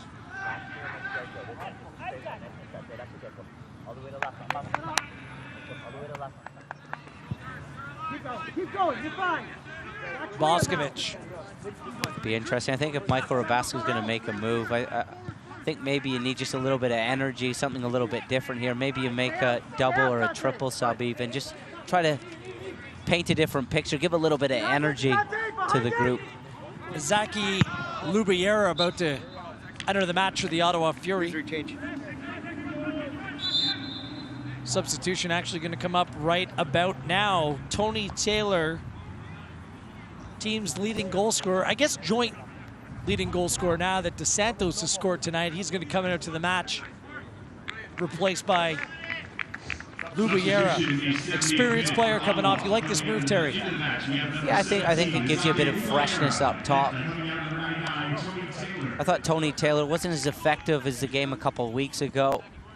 I thought of the front three, Reed's been the most dangerous, and I think that's why he stays on the pitch. Definitely put a shift in for the side defensively, Tony Taylor. And Lubiera, native of Uganda, 20 years old, comes to the match. Yeah, exciting young player. I think he'll look to sort of play off of DeSantos. Well, it's important too here that TFC2, look, don't give away as many cheap fouls and allow the Fury to just break your rhythm up. Lubiera signed his first professional contract with the Fury last July. 9 days later, scored the winner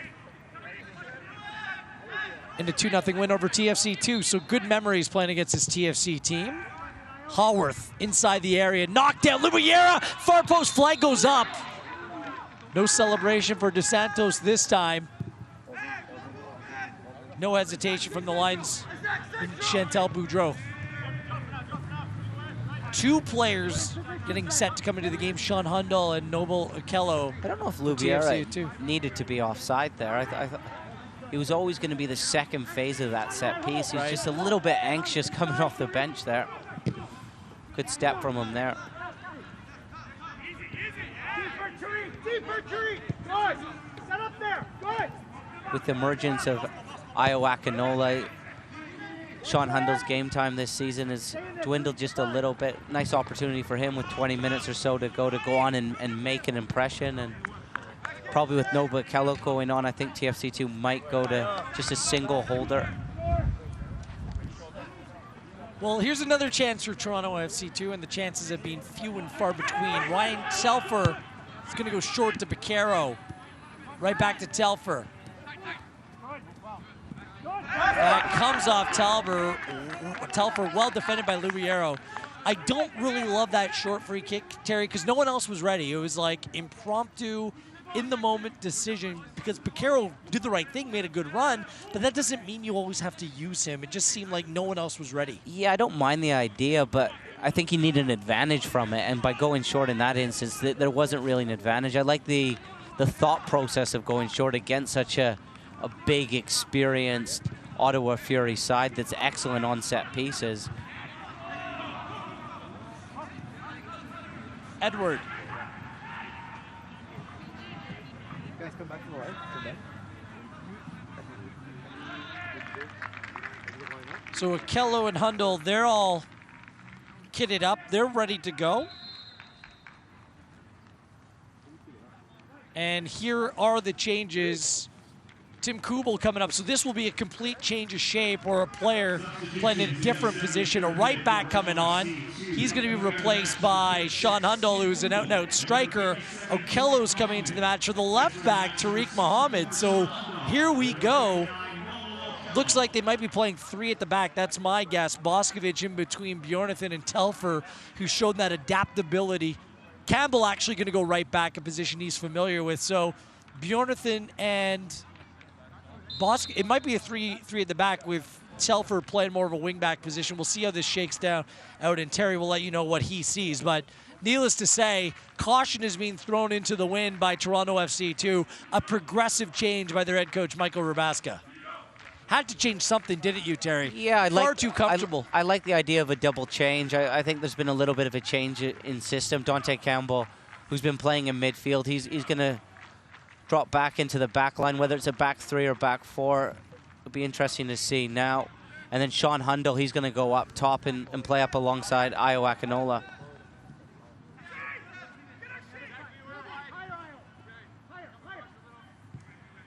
Well, looks like three at the back. Campbell, Boscovich, Bjornathan, with Okello holding and Fraser playing right in front. So essentially, Terry, what you have really is an attacking 5 and a defending 5. Yeah, it can look like that. It can morph into different things depending on whether you're in possession or whether you're defending. It's almost a 3-5-2, really. A little bit similar to how TFC had all their with joy Endo in and Telfer on the 2017. wings, right? Yeah. Good ball by Boscovich. He finds the aforementioned Endo inside the area. Big headed clear by Mayer. The other thing I like about it too is if you're gonna get that ball out wide and if you're creating ample crossing opportunities with just a fullback with little protection for the Ottawa Fury, you've now got 2 players in the box attacking crosses rather than just Io Akinola.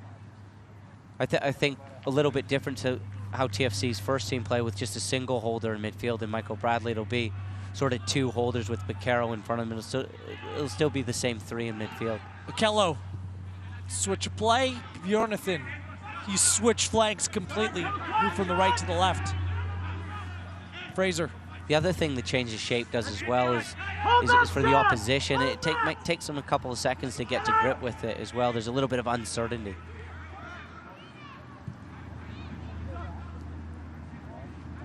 Hundle does well to keep it in play. It's one of the few times TFC to have gotten in behind the Fury. Great run in depth. It's a tough ball to play on this playing surface, but maybe next time that creates a little bit of space in front of the back 4. It's easy for 2 center halves when everything's in front of you. Terry, I'm always asking my friends, how well do you know the USL? Well, you can test your knowledge in USLsoccer.com's weekly picks competition every week against experts from across the USL. Would you consider yourself a participant or an expert? 100% expert. That was the logical answer. That was me testing you. Oh, I fell into the trap. A+, Terry, A+. Maybe we'll go for a pint after the game and we can do the quiz. Jonathan.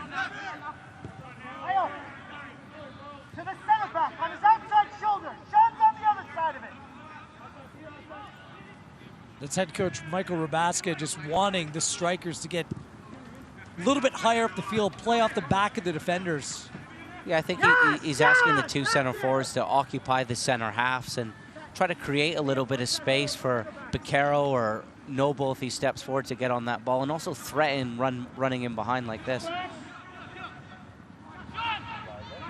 Hundle. He's got very good technique, needs to show a little bit more cutting edge in terms of his finish in front of goal. Endo taken down. Free kick coming up for Toronto FC. That's just the missing ingredient in Hundle's game, isn't it? Just a little bit more of a killer instinct in front of goal. Yeah, I can see that little bit of sharpness. He's still very young. But at the end of the day, that's why the strikers are paid the big bucks, is to score goals, and it's not easy. Endo on this free kick. Beccaro's in an offside position, just sitting in front of the goalkeeper, Crepeau. He's going to check deep now. Endo, service near post. Big header by the big man, De Santos. Here comes the Fury, as they do on the counter. Oh, big intervention right there by Endo. De Santos does well to hustle back. Free kick coming up. As Beccaro left his foot in, and De Santos, as he does, remains down on the field. Yeah, I don't think Noble Okello fancied that tackle in the middle of the field. He just stepped out, and Beccaro catches De Santos late, and again, it's going to take a little bit of time for the Fury to set this up. I think he caught that one in the Cape Verdes. I'm going to give you a quiz here. Where do you think this ball's going? I was going to say corner, but I think it's just going to go like straight down Main Street. Yeah.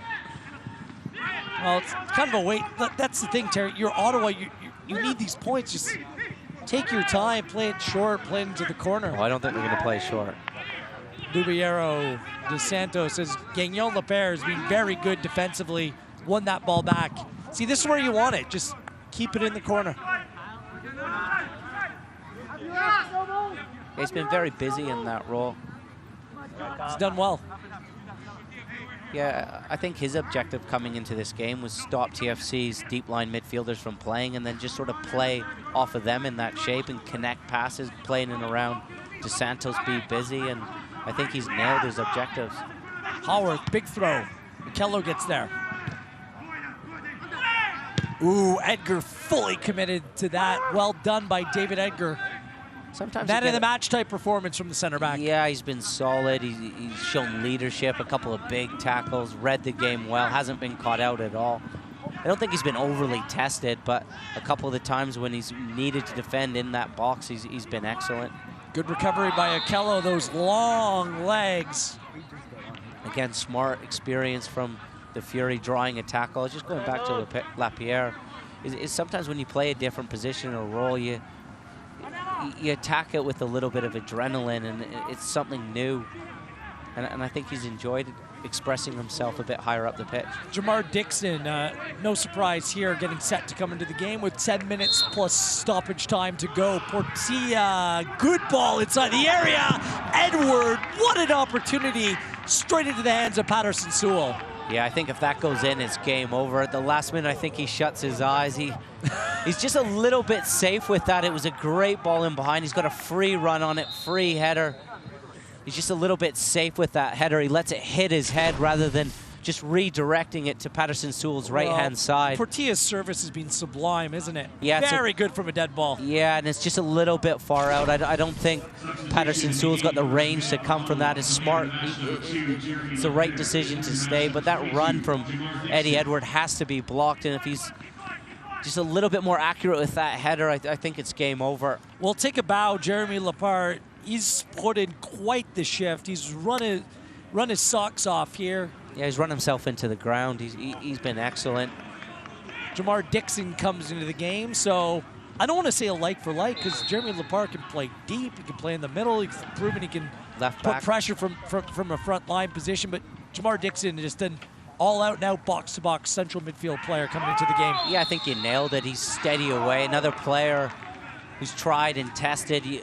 Popovich knows exactly what he's going to get from him. I think he's going to slot in beside Portilla, and Chris Manila is going to step forward and play a similar role to Lapierre.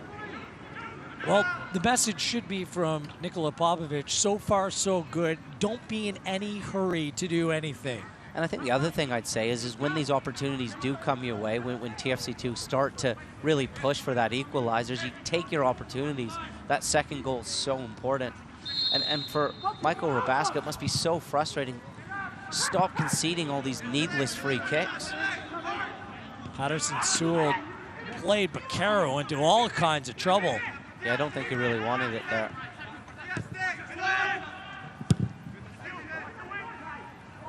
Haworth. I mean, just a Hail Mary into the corner, taken down by Reed, and guess what, Dunfield? You said it, another needless free kick. Yeah, really should have been offside on that negative pass. As soon as it went back and then that ball was played in behind, he should have been offside. The back line was just a little bit tired stepping out. It was a wonderful first touch to bring it down and a little bit too aggressive from Dante Campbell. The seconds tick, tick, tick away. This is an important set piece for TFC2 if they're going to get anything out of this game to defend. It's like Jimmy Sannon is going to get set to come into the game for the Fury. Matty Serbel for TFC2. Free kick coming near post. Campbell defends. Ideal for the Fury. I mean, just ball rolls out. Another corner kick coming up.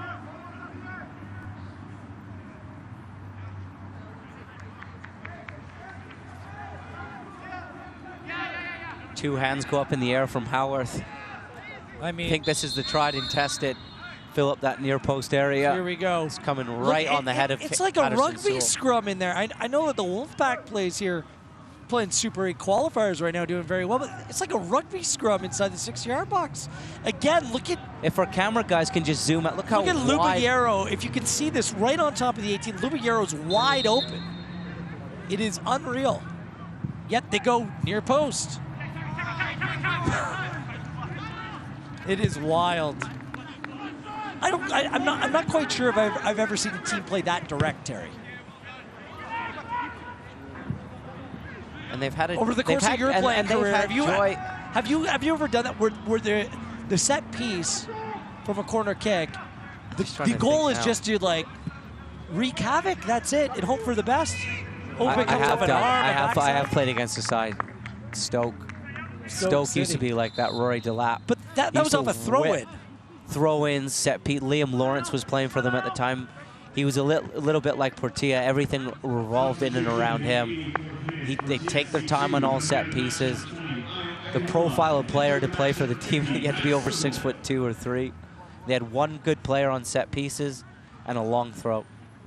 Ayo Akinola comes out for TFC2. Matt Serbal comes on to replace. A little bit ineffective, Ayo Akinola today. Yeah. A couple glimpses of nice touches. Certainly a talented player to watch, but tonight, we'll give him an incomplete. Yeah, I think what he was trying to do wasn't quite happening, and when that's the case, I think you need to sort of adapt to the opposition and look to get on the ball in different sort of areas rather than just sort of carrying on with that same movement. And in fairness, he's been going up against arguably the most influential player on the field in David Edgar. Yeah, and he was starved of service a little bit as well, and I know at times he's occupying the two center halves to create space for others. But smart, clever players, and I know he's still very young, find ways to get into the game and create opportunities for themselves. It's a big 5 minutes here for the Ottawa Fury. 3 points would be precious, would jump them all the way up into 7th place in the Eastern Conference, leapfrogging the Red Bulls too. It's nice too when you're that early game, whether it's on a Saturday and you kick off at noon or 3 before the evening games today. This is the early game on the smorgasbord of USL that you can sit back on the bus with a cup of tea and watch the results come in knowing you've done your business. And Dos Santos tried to catch the goalkeeper off the line. Great idea. Just should have got on it with his left foot rather than the right. Almost as difficult of a finish as it would be to spell the word smorgasbord. Go ahead, Terry, if you can do it. After some of my pronunciations in the first half, I wasn't sure whether I was going to take that word on. Good switch. I always love Ibrahimovic is one. Players that try the audacious and try something a little bit different. Always got time for that.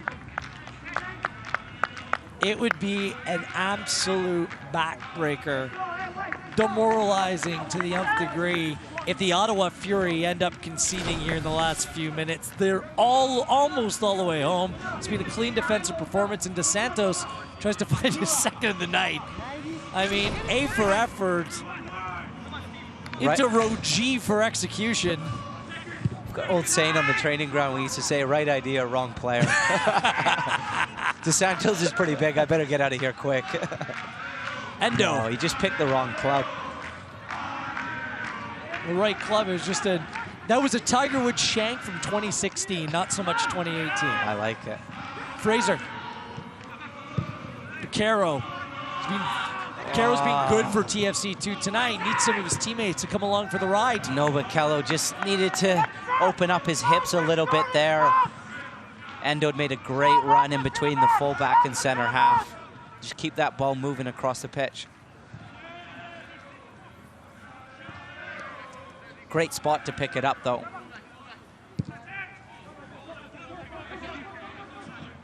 Telfer. Hundle. Fraser.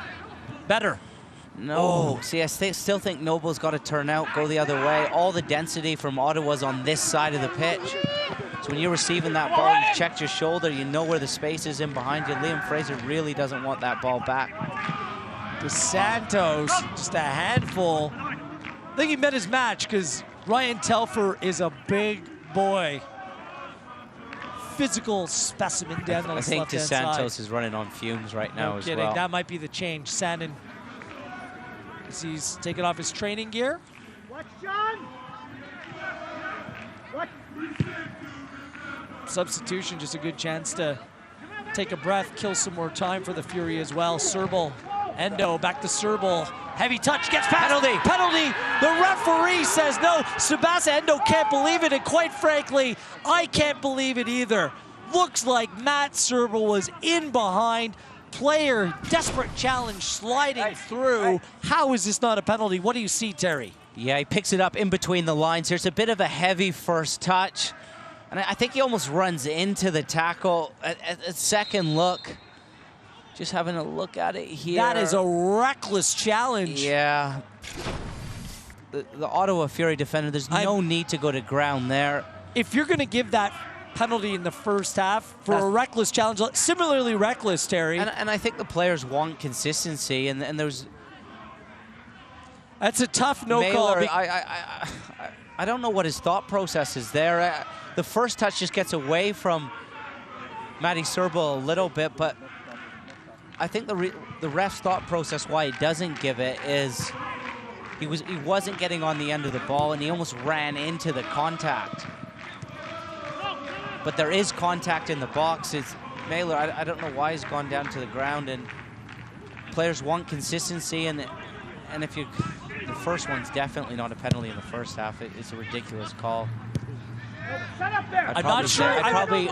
I'm not sure how much. I've sat on the fence for probably 2 minutes. Well, Terry, I'm probably going to say it's a penalty. Well, this is what I'd say is that I'm not just like the penalty given in the first half. It was a player, a defender who was in a vulnerable position who ended up getting his challenge right, but it didn't look right to the official, so that's why he made that call. Likewise, this time, it was a challenge that was completely unnecessary, and the instinct would be to make that penalty call, but the referee just didn't have the bravery to make that call. Perhaps it's because Ottawa is in this precarious playoff position right now. I don't know, but every instinct would have told you that that was a penalty. We are in stoppage time, 3 minutes to be added on, and DeSantos, who's sitting on the pitch, he's about to come off, put in a shift, and right now his goal stands as the match winner. Jimmy Sanning coming on to replace. Your thoughts on DeSantos here tonight? I think he described it quite well. He's put in a shift. He's tried to hold the ball up. At times it's not pretty, but he's an excellent outlet. He's a threat on set pieces, and when it mattered, he stepped up and stroked home very powerfully a penalty in the first half. Just going back to that penalty appeal, I think the referee Rudolph should have given it. I think Mailer's got away with one there. It wasn't clean necessarily from Serbal, but there's contact. He has to jump over top of him on the ground. It was reckless. Reckless, absolutely. Sannin, fresh legs. This is the time it can really make a difference. Little push from behind, and hey, that's like a win for the Ottawa Fury. Bury that ball in the corner.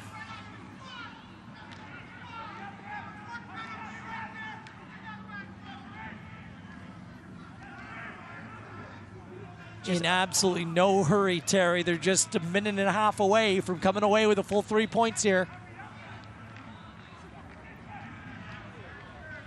They might kill this a minute 30. Just the amount of time it's going to take to put the ball back into play.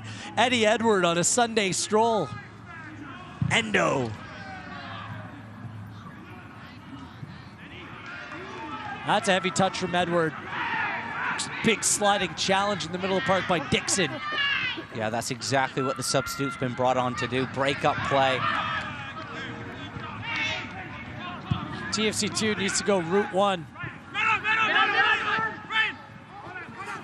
Telfer muscled off the ball by Dixon. That's got to be a free kick. Dixon's going to hold that.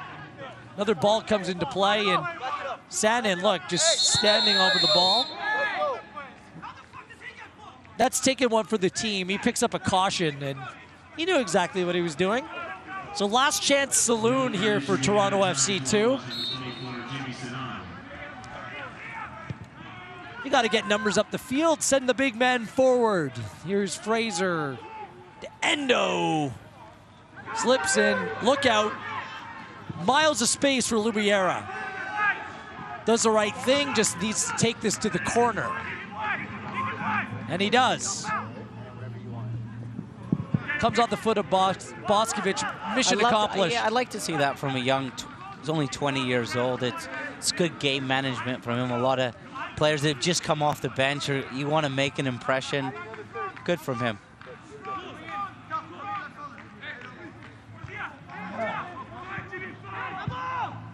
Okello. Edgar. Swing and a miss. Here comes Baquero. DeHundle. Mayer. The mayor of defensive wherewithal does well to play that out of touch. Popovich is just yelling and screaming at the referee. He wants this thing done and dusted. We played a minute more than the 3 minutes of stoppage time. Hundle, heavy touch. You always get a chance late on in games, and I think it was that penalty appeal. Telfer into the box, had an open man. Serbold couldn't get there, and a massive sigh of relief. The Ottawa Fury staking their claim for a playoff spot in the USL's Eastern Conference. A massive, underline that, 3 times reach point earned here tonight. A massive 3 points for the Fury as they go up to 44 points, 7th place in the East with a hard-fought and professional 1-0 victory over Toronto FC 2. Your thoughts on the Fury's performance here tonight, I Terry? agree. I thought it was professional. I thought it was experienced, extremely disciplined, very well organized defensively, looked a threat on set pieces, on the counterattack, got their goal a little bit fortuitously, and then really protected their lead well. And for TFC 2, I don't think they really got into a nice rhythm today. They struggled at times to break down a very compact, well-organized defense of the Ottawa Fury. A lot of stops and starts, and they just didn't create enough, Terry. TFC 2, I mean, they can gripe about the goal, but attacking-wise, didn't do anywhere near enough. And I thought they were a little bit unlucky. I thought it was a penalty. I'm going to pick up on that thought in just a few moments' time. Toronto FC 2 fall to the Ottawa Fury, and the Fury, well, a big 3 points as their season runs down. A must-win one night, and they come away with the full 3 points right here on ESPN+.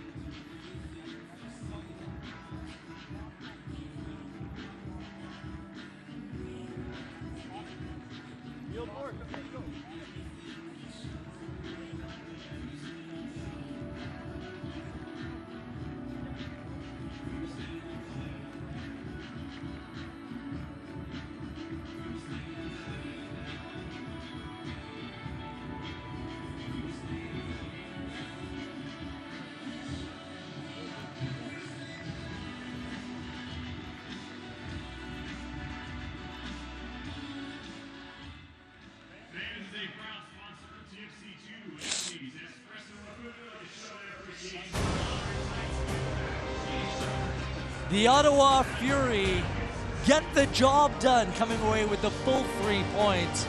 A hard-fought 1-0 victory over TFC 2 at Lamport Stadium in downtown Toronto. Gareth Wheeler alongside Terry Dunfield. Really, this is such an important time of the year for the Ottawa Fury. Just 2 more games to go.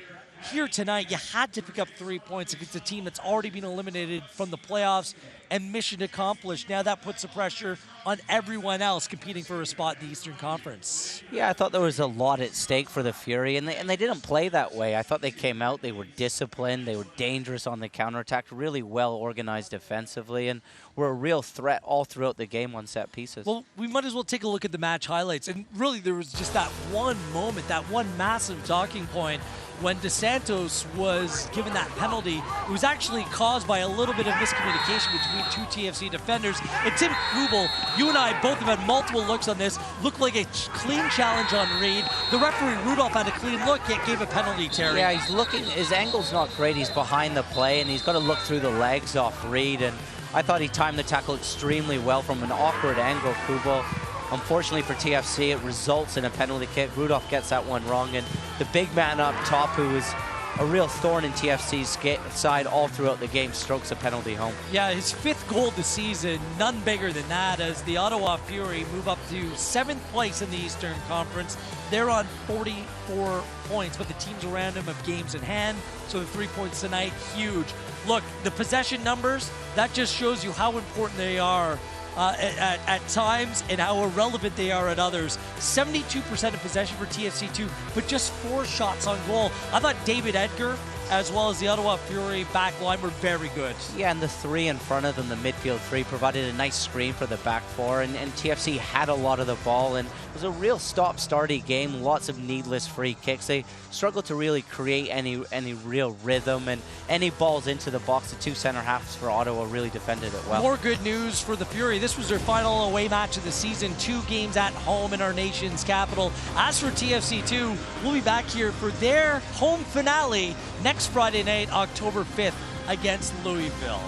Toronto FC2 fall in the night, but hey, some dance moves, full marks that way for the young kids in attendance. High level. It's a 1-0 final in favor of Ottawa. On behalf of Terry Dunfield and their entire team here at Lamport Stadium, I am Gareth Wheeler. Fury go home with the full 3 points right here on ESPN+. This copyrighted telecast of the United Soccer League may not be retransmitted, rebroadcast, or reproduced without the express written consent of the United Soccer League.